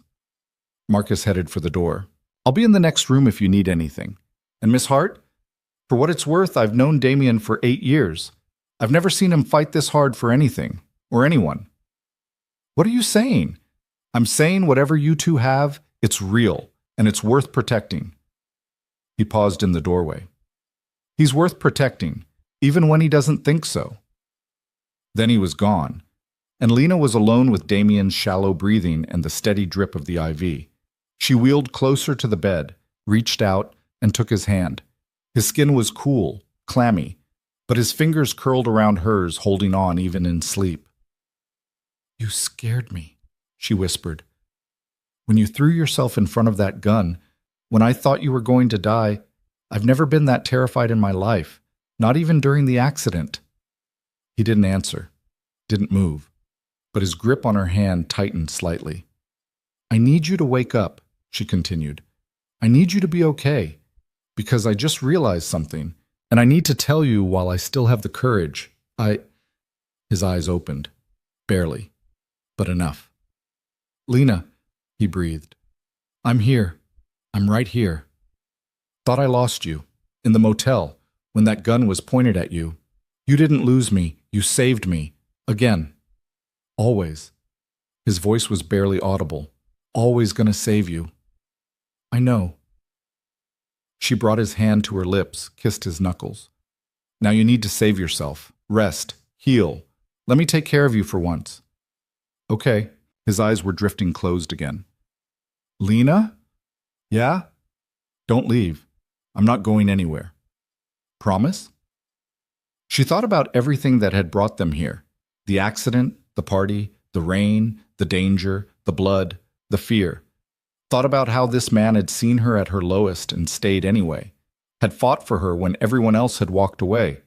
Had thrown himself between her and death without hesitation. I promise, she whispered. His breathing evened out, deepened. He was asleep, but his hand never let go of hers. Lena sat there in the darkness, listening to him breathe, feeling the weight of what they'd survived. They weren't safe yet. Victor was still out there. The betrayal still needed to be uncovered. The war they'd started was far from over. But right now, in this moment, Damien was alive, she was alive. And they were together. That was enough. Dawn came slowly, gray light filtering through curtains that Lena hadn't bothered to close.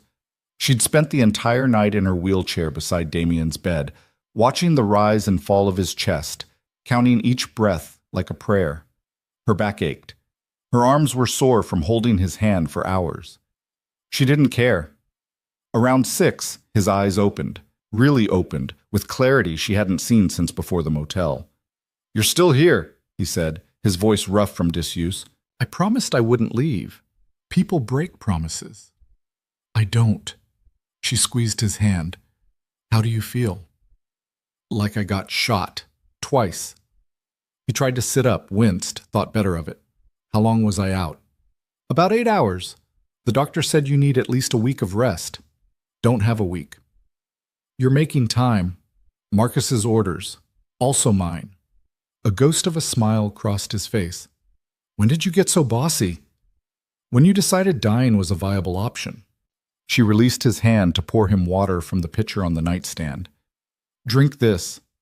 He obeyed, studying her over the rim of the glass. You look exhausted. I wonder why. You should sleep. So should you. I just did. For 8 hours after nearly bleeding to death. That's not the same as actual rest. They stared at each other, both stubborn, both exhausted. Finally, Damien sighed. Come here, he said. What? The bed's big enough for both of us. You need sleep. I need sleep. And I need to know you're close. So, come here. Lena hesitated. The bed was accessible, low enough that she could transfer herself. But something about the intimacy of it, about lying beside him, felt like crossing a line they couldn't uncross. Then again, they'd already crossed so many lines. What was one more? She maneuvered her wheelchair beside the bed and transferred herself carefully. Damien shifted over to make room, his movements slow and pained. Once she was settled, he reached for her, pulled her against his uninjured side. This okay? He asked quietly. Yeah. She rested her head on his shoulder, felt his heartbeat steady and strong beneath her ear. This is okay. They slept. When Lena woke again, sunlight was streaming through the windows and voices were coming from the other room. She extracted herself carefully from Damien's embrace. He was still sleeping, his face finally peaceful, and transferred back to her wheelchair. In the kitchen, she found Marcus and 2 other men she didn't recognize. They all looked up when she entered. Miss Hart, Marcus said. How's the patient? Still sleeping. How are things out there? Marcus's expression darkened. Victor's people hit 3 more of Damien's operations last night. Warehouses, businesses, supply lines. He's going scorched earth. Because of me. Because he's losing control, and he knows it. One of the other men spoke up, younger, with sharp eyes and a scar across his jaw. Victor thought Damien would trade you. When he didn't, it made Victor look weak. Now he's overcompensating. Overcompensating by destroying everything Damien's built? By trying to force his hand. Marcus poured coffee, handed her a cup. But there's something else. We've been digging into who betrayed Damien, who told Victor about the cabin. Lena's hands tightened on the cup. And? It wasn't the contractor. Marcus exchanged glances with the other men. It was someone closer, someone inside Damien's organization. The implication hit like a physical blow. Who? We're still working on that, but when we find out, you'll tell me first. Damien's voice came from the doorway. He was leaning against the frame, still pale but upright. Before you do anything, you tell me. Boss, you should be in bed. I've been in bed long enough. He moved into the kitchen, his movements careful but steady. What else do we know? For the next 30 minutes, Lena listened as Marcus and the others briefed Damien on the situation. Victor had consolidated power, called in favors, was preparing for an all-out war. Several of Damien's allies had gone quiet, either bought off or too afraid to choose sides. The empire Damien had built was fracturing, and it was all because he'd refused to give her up. The weight of it pressed down on Lena's chest until she could barely breathe. When the men finally left to handle various crises, she turned to Damien. This has to stop. He looked at her. What has to stop? This, all of it. You losing everything because you're protecting me. It's not worth it, Damien. We've had this conversation, and we're having it again. She wheeled closer. I'm not worth your empire. I'm not worth your life. So end this. Make the trade. Give Victor what he wants and save what you've built. Damien's jaw clenched. No. Why are you being so stubborn about this? Because you're asking me to choose between my empire and you, and that's not a choice. It's not even close. Your empire is everything you've worked for. My empire is buildings and money and power built on fear and violence. You're the first real thing I've had in 20 years. He crossed to her, knelt down so they were eye level. I told you before, I'm tired of being smart. I'm tired of sacrificing what matters for what's strategic. And you matter, Lena, more than any of this. That's insane. Probably, but it's also true. His hand cupped her face. I've spent my entire life alone, building walls, keeping people at a distance, trusting no one. And then you showed up, broken and abandoned, and still somehow stronger than anyone I've ever met. You made me feel human again. You made me want things I'd given up on. Safety, trust, something that looks like a future. His voice dropped. So no, I'm not giving you up. Not for Victor. Not for my empire. Not for anything. Lena's throat was tight. What if I can't give you what you need? What if I'm just as broken as you think you are? Then we'll be broken together. And maybe we'll figure out how to put each other back together. He leaned forward, rested his forehead against hers.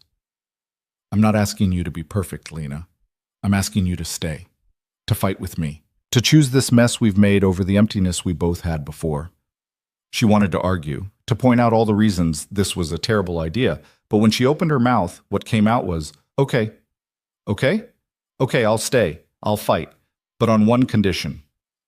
Name it. We end this, not by giving me up, by finishing Victor, together. Damien pulled back, studied her face. That's dangerous. Everything about this is dangerous. At least this way, we're taking control instead of just reacting. You have a plan? No, but you do. I can see it in your eyes. You've been planning something since the moment you woke up. He almost smiled. You're getting good at reading me. So tell me, what's the plan? Damien stood, moved to the window. Victor's weakness is his ego. He's gone public with this war because he wants everyone to know he's taking me down, which means he's exposed himself, made himself a target. You're going to go after him directly. We're going to go after him directly, but not the way he expects. Damien turned to face her. Victor thinks I'm weak because of you, that I've lost my edge, my ruthlessness, my ability to make hard choices. We're going to use that against him. How? By giving him exactly what he thinks he wants, a meeting, face to face, me and him negotiating terms. Damien's expression went cold. And when he shows up expecting me to surrender, we take him apart. That's suicide. He'll bring an army. So will I, but mine will be better positioned, better prepared, and highly motivated. He moved closer. I've got people Victor thinks he's turned, people who are actually feeding me information, waiting for the right moment. We use that. We set a trap, and we end this once and for all.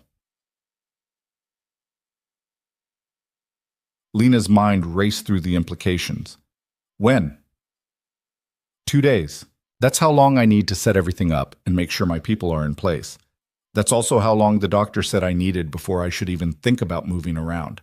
You're not following the doctor's orders, not even a little bit. He knelt in front of her again.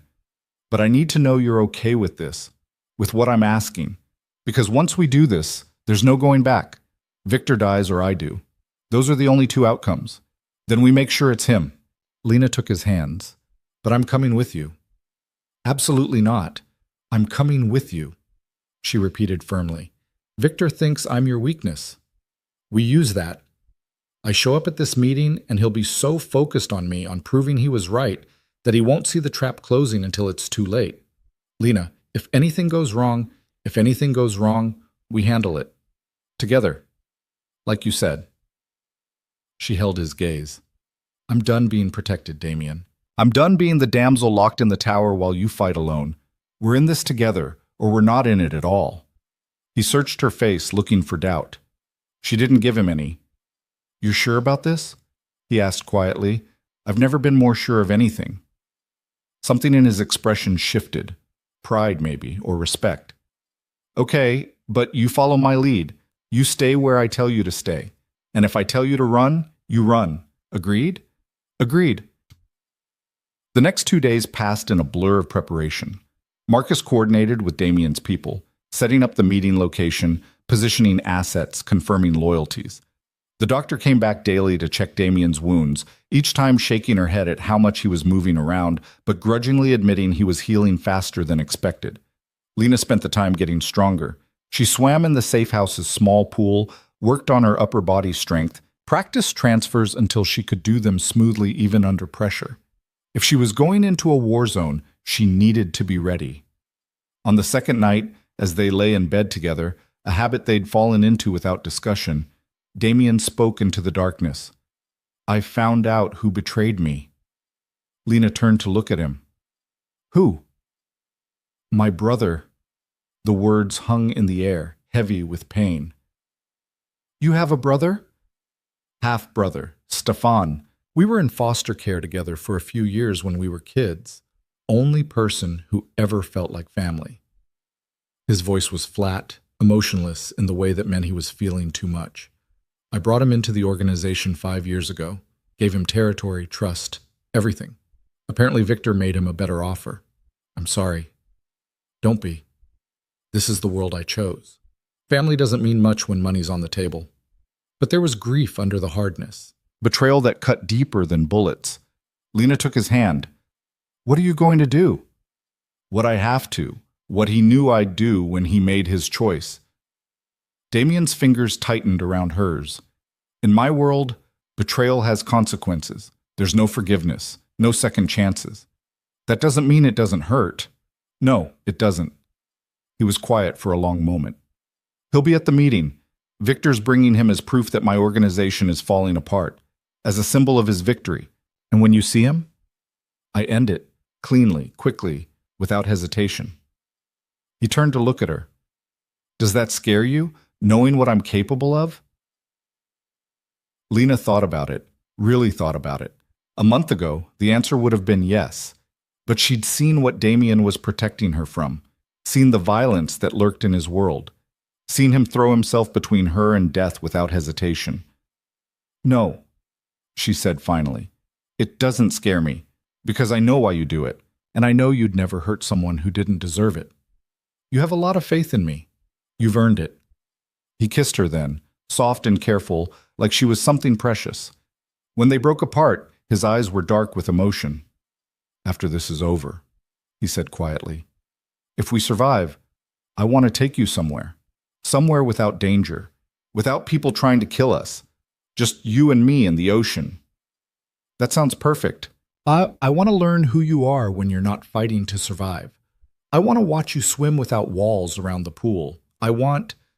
He stopped, shook his head. I want a life with you, Lena. A real one. If you'll have me. Her chest ached with the weight of it. Ask me again when this is over. Is that a yes? It's a promise to give you an answer when we're both still alive to hear it. He smiled, real and genuine. I can work with that. The meeting was set for noon in a warehouse on the industrial edge of the city. Neutral territory, or as neutral as anything could be in their world. Damien's people arrived first, taking positions in the rafters, behind crates, in every shadow and corner. By the time Victor arrived, the trap was set. Lena sat in her wheelchair at Damien's side, her heart hammering against her ribs. She'd insisted on being here, but now that it was happening, the reality of it pressed down on her. These men were going to try to kill them, and Damien was going to kill them first. Victor entered with 8 men flanking him. He was exactly as Lena had imagined, older, distinguished, the kind of man who looked like he belonged in a boardroom, not a warehouse planning murder. His eyes found Damien first, then slid to Lena with undisguised interest. So this is the girl worth starting a war over, Victor said, his accent thick and rolling. She's pretty, I'll give you that. But pretty girls are easy to find, Cross. Empires are not. She's not just pretty, Damien said, his voice cold. She's brave. She's strong. She's worth 10 of you. Victor laughed. Such poetry. Love has made you soft. Love has made me focused. There's a difference. Focused on what? Losing everything you've built? Victor gestured around them. Your people are abandoning you. Your territory is crumbling. Even your own blood has turned against you. Stefan stepped forward from Victor's group. He was younger than Damien, maybe mid-30s, with the same sharp features but softer edges. When he met Damien's eyes, something flickered in his expression. Guilt, maybe. Or regret. Hello, brother, Stefan said. Don't call me that. Damien's voice was ice. You gave up the right to that word when you sold me out. I did what I had to do to survive. You taught me that, remember? Trust no one. Take care of yourself first. Your rules. I trusted you. That was your mistake. The words hung in the air, brutal and final. Lena watched Damien's face, saw the muscle in his jaw tick, but his expression stayed controlled, unreadable. So what now, Victor? Damien asked. You have me here. You have your traitor. What are you offering? Simple terms. You give me the girl. You give me your territory east of the river. You acknowledge publicly that you've lost this war. And in return, I let you live. You can rebuild somewhere else. Start over. Just not here. And if I refuse, Victor's smile was cold, then you die here, along with your little cripple. Lena flinched at the word, but Damien's hand found hers, squeezed once, steady, reassuring. Here's my counteroffer, Damien said. You leave. Now. You take your people and you disappear from this city. And in return, I let you live long enough to regret crossing me. Victor laughed. You're outnumbered, outgunned, and bleeding from wounds you can barely hide. What makes you think you have any leverage? This. Damien raised his hand. Instantly, red laser sights appeared on Victor's chest, on Stefan's, on every one of Victor's men. They came from the rafters, from behind crates, from positions Victor hadn't known existed. Victor's expression went cold. You set a trap. I set an execution. You just walked into it. Damien stood, and despite his injuries, despite everything, he looked like exactly what he was, a man who'd built an empire on force of will and refused to let it fall. You thought my people were abandoning me. They were infiltrating you. Every person you thought you'd turned was feeding you exactly what I wanted you to know. Every move you made, I was 3 steps ahead. You're bluffing. Am I? Damien gestured, and 3 of Victor's men lowered their weapons, turned them on Victor instead. These are mine, always have been, along with 6 others in your organization who've been waiting for this moment. Victor's face went red. You underestimated me. Yes, because you thought love made me weak. But here's what you didn't understand, Victor. Love didn't make me weak. It made me dangerous, because now I have something to protect, someone to fight for. And that makes me willing to burn everything to the ground to keep her safe. Damien's hand moved to his weapon.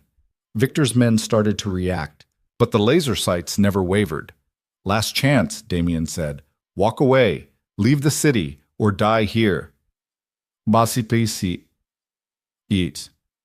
For a moment, Victor looked like he might fight. His hand twitched toward his weapon. His eyes calculated odds, looked for exits. Then Stefan moved. He grabbed Victor, used him as a shield, and fired at Damien. Everything happened at once. Damien shoved Lena's wheelchair hard, sending her rolling behind a crate. Gunfire erupted. Victor's remaining loyal men returned fire. Damien's people in the rafters opened up. The warehouse became a war zone. Lena pressed herself against the crate, her ears ringing, her heart racing. Through the chaos, she could hear Damien shouting orders, could hear the steady rhythm of his weapon firing. Then hands grabbed her wheelchair. She looked up into Stefan's face. He was bleeding from a shoulder wound, his expression wild. You're coming with me, he said. Let go. He pulled a knife, held it to her throat. Damien, I've got her. The gunfire stopped.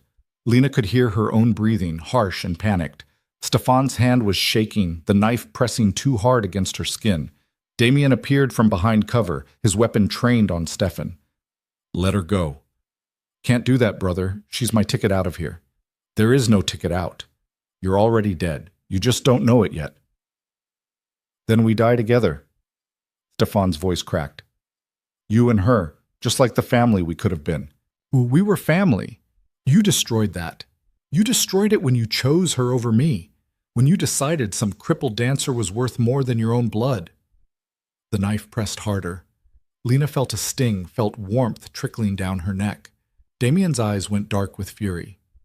Last warning, Stefan. Let her go. Or what? You'll shoot me? Your baby brother? The only family you ever had? Yes. The single word was absolute, final. Stefan's expression crumbled. For a moment, he looked like a lost child. Then his hand tightened on the knife. Damien fired. Stefan dropped, the knife clattering away.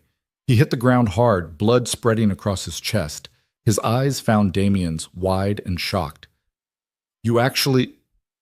He coughed, blood on his lips. You actually did it.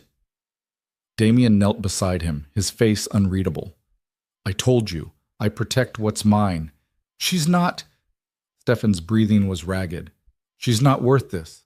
She's worth everything. Damien's voice was soft, almost gentle. You could have been too, if you'd chosen differently. Stefan's eyes were glazing over. I'm sorry. He didn't finish. The light went out of his eyes, and he was gone. Damien stood slowly, turned to where Victor was pinned by Damien's men. The older man was bleeding, defeated, but still defiant.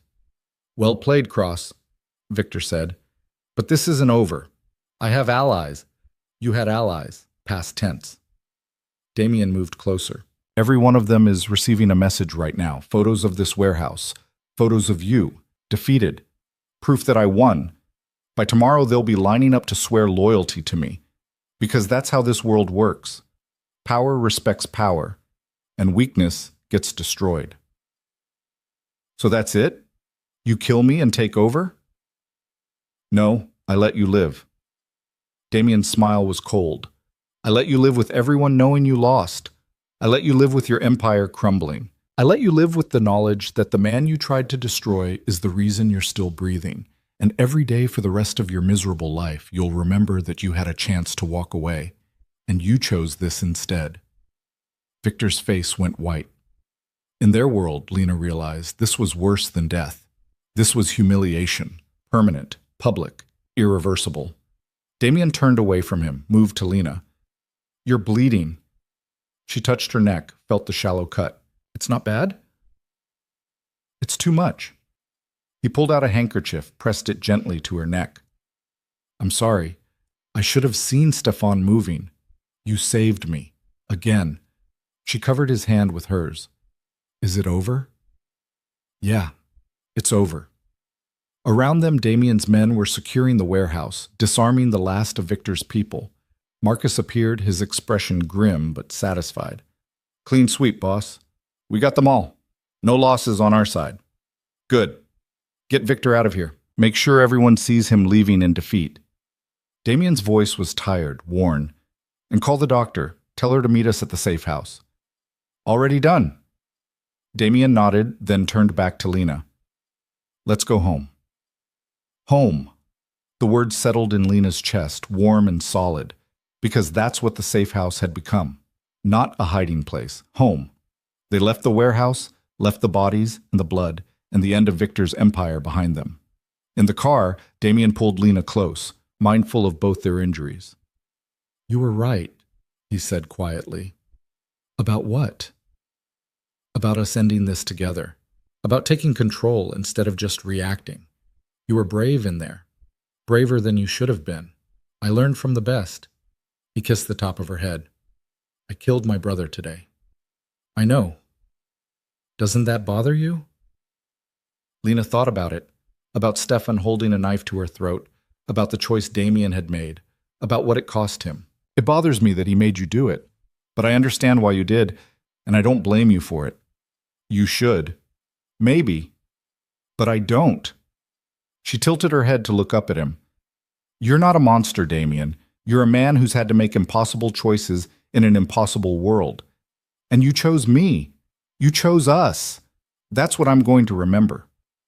His arms tightened around her. I don't deserve you. Good thing I'm not asking what you deserve. I'm choosing what I want.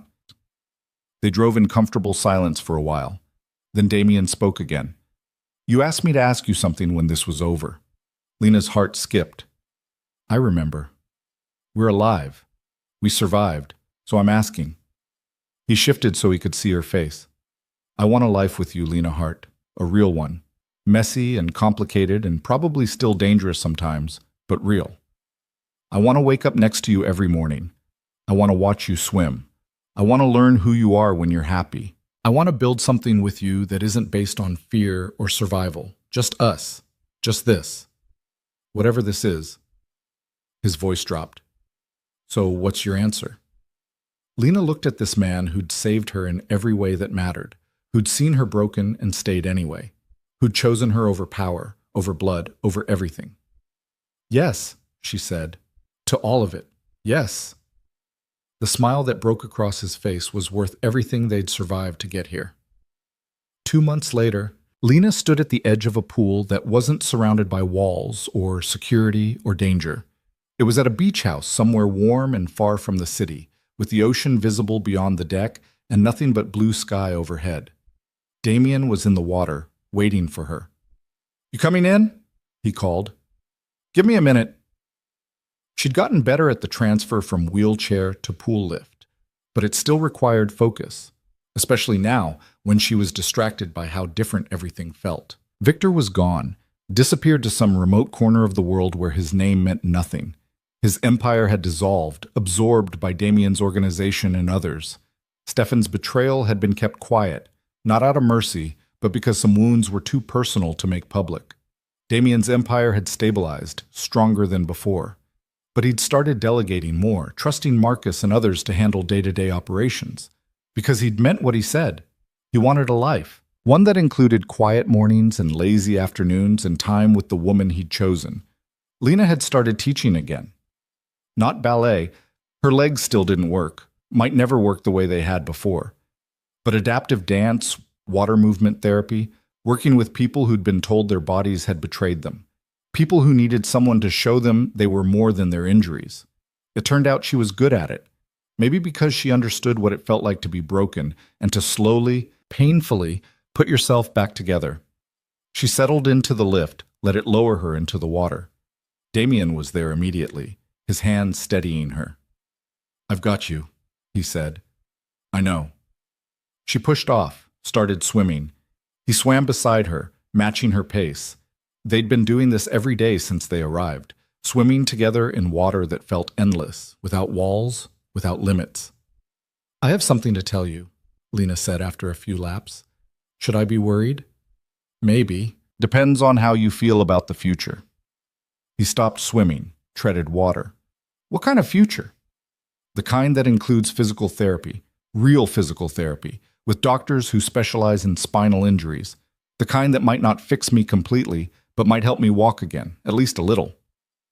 His eyes widened. "You found someone?" "Someone found me. A specialist who saw one of my teaching videos online. She thinks there's hope. Not a miracle, but hope." Lena moved closer to him. "She's in the city, which means we'd have to go back, at least part-time. Then we go back." "Just like that?" "Just like that." He pulled her into his arms, held her in the water. "Lena, I'd follow you anywhere, back to the city, across the world, into therapy sessions that make you scream at me. Wherever you need to go, I'm there." "Even if I never walk again?" "Even if. I fell in love with you in a wheelchair. If that changes, great. If it doesn't, I don't care." His hand cupped her face. "I didn't choose you because of what your body could do. I chose you because of who you are. Strong, brave, stubborn as hell. That doesn't change whether you're walking or rolling." Tears stung her eyes. "I love you too. I don't think I've said that yet." "You haven't, but I've known it anyway."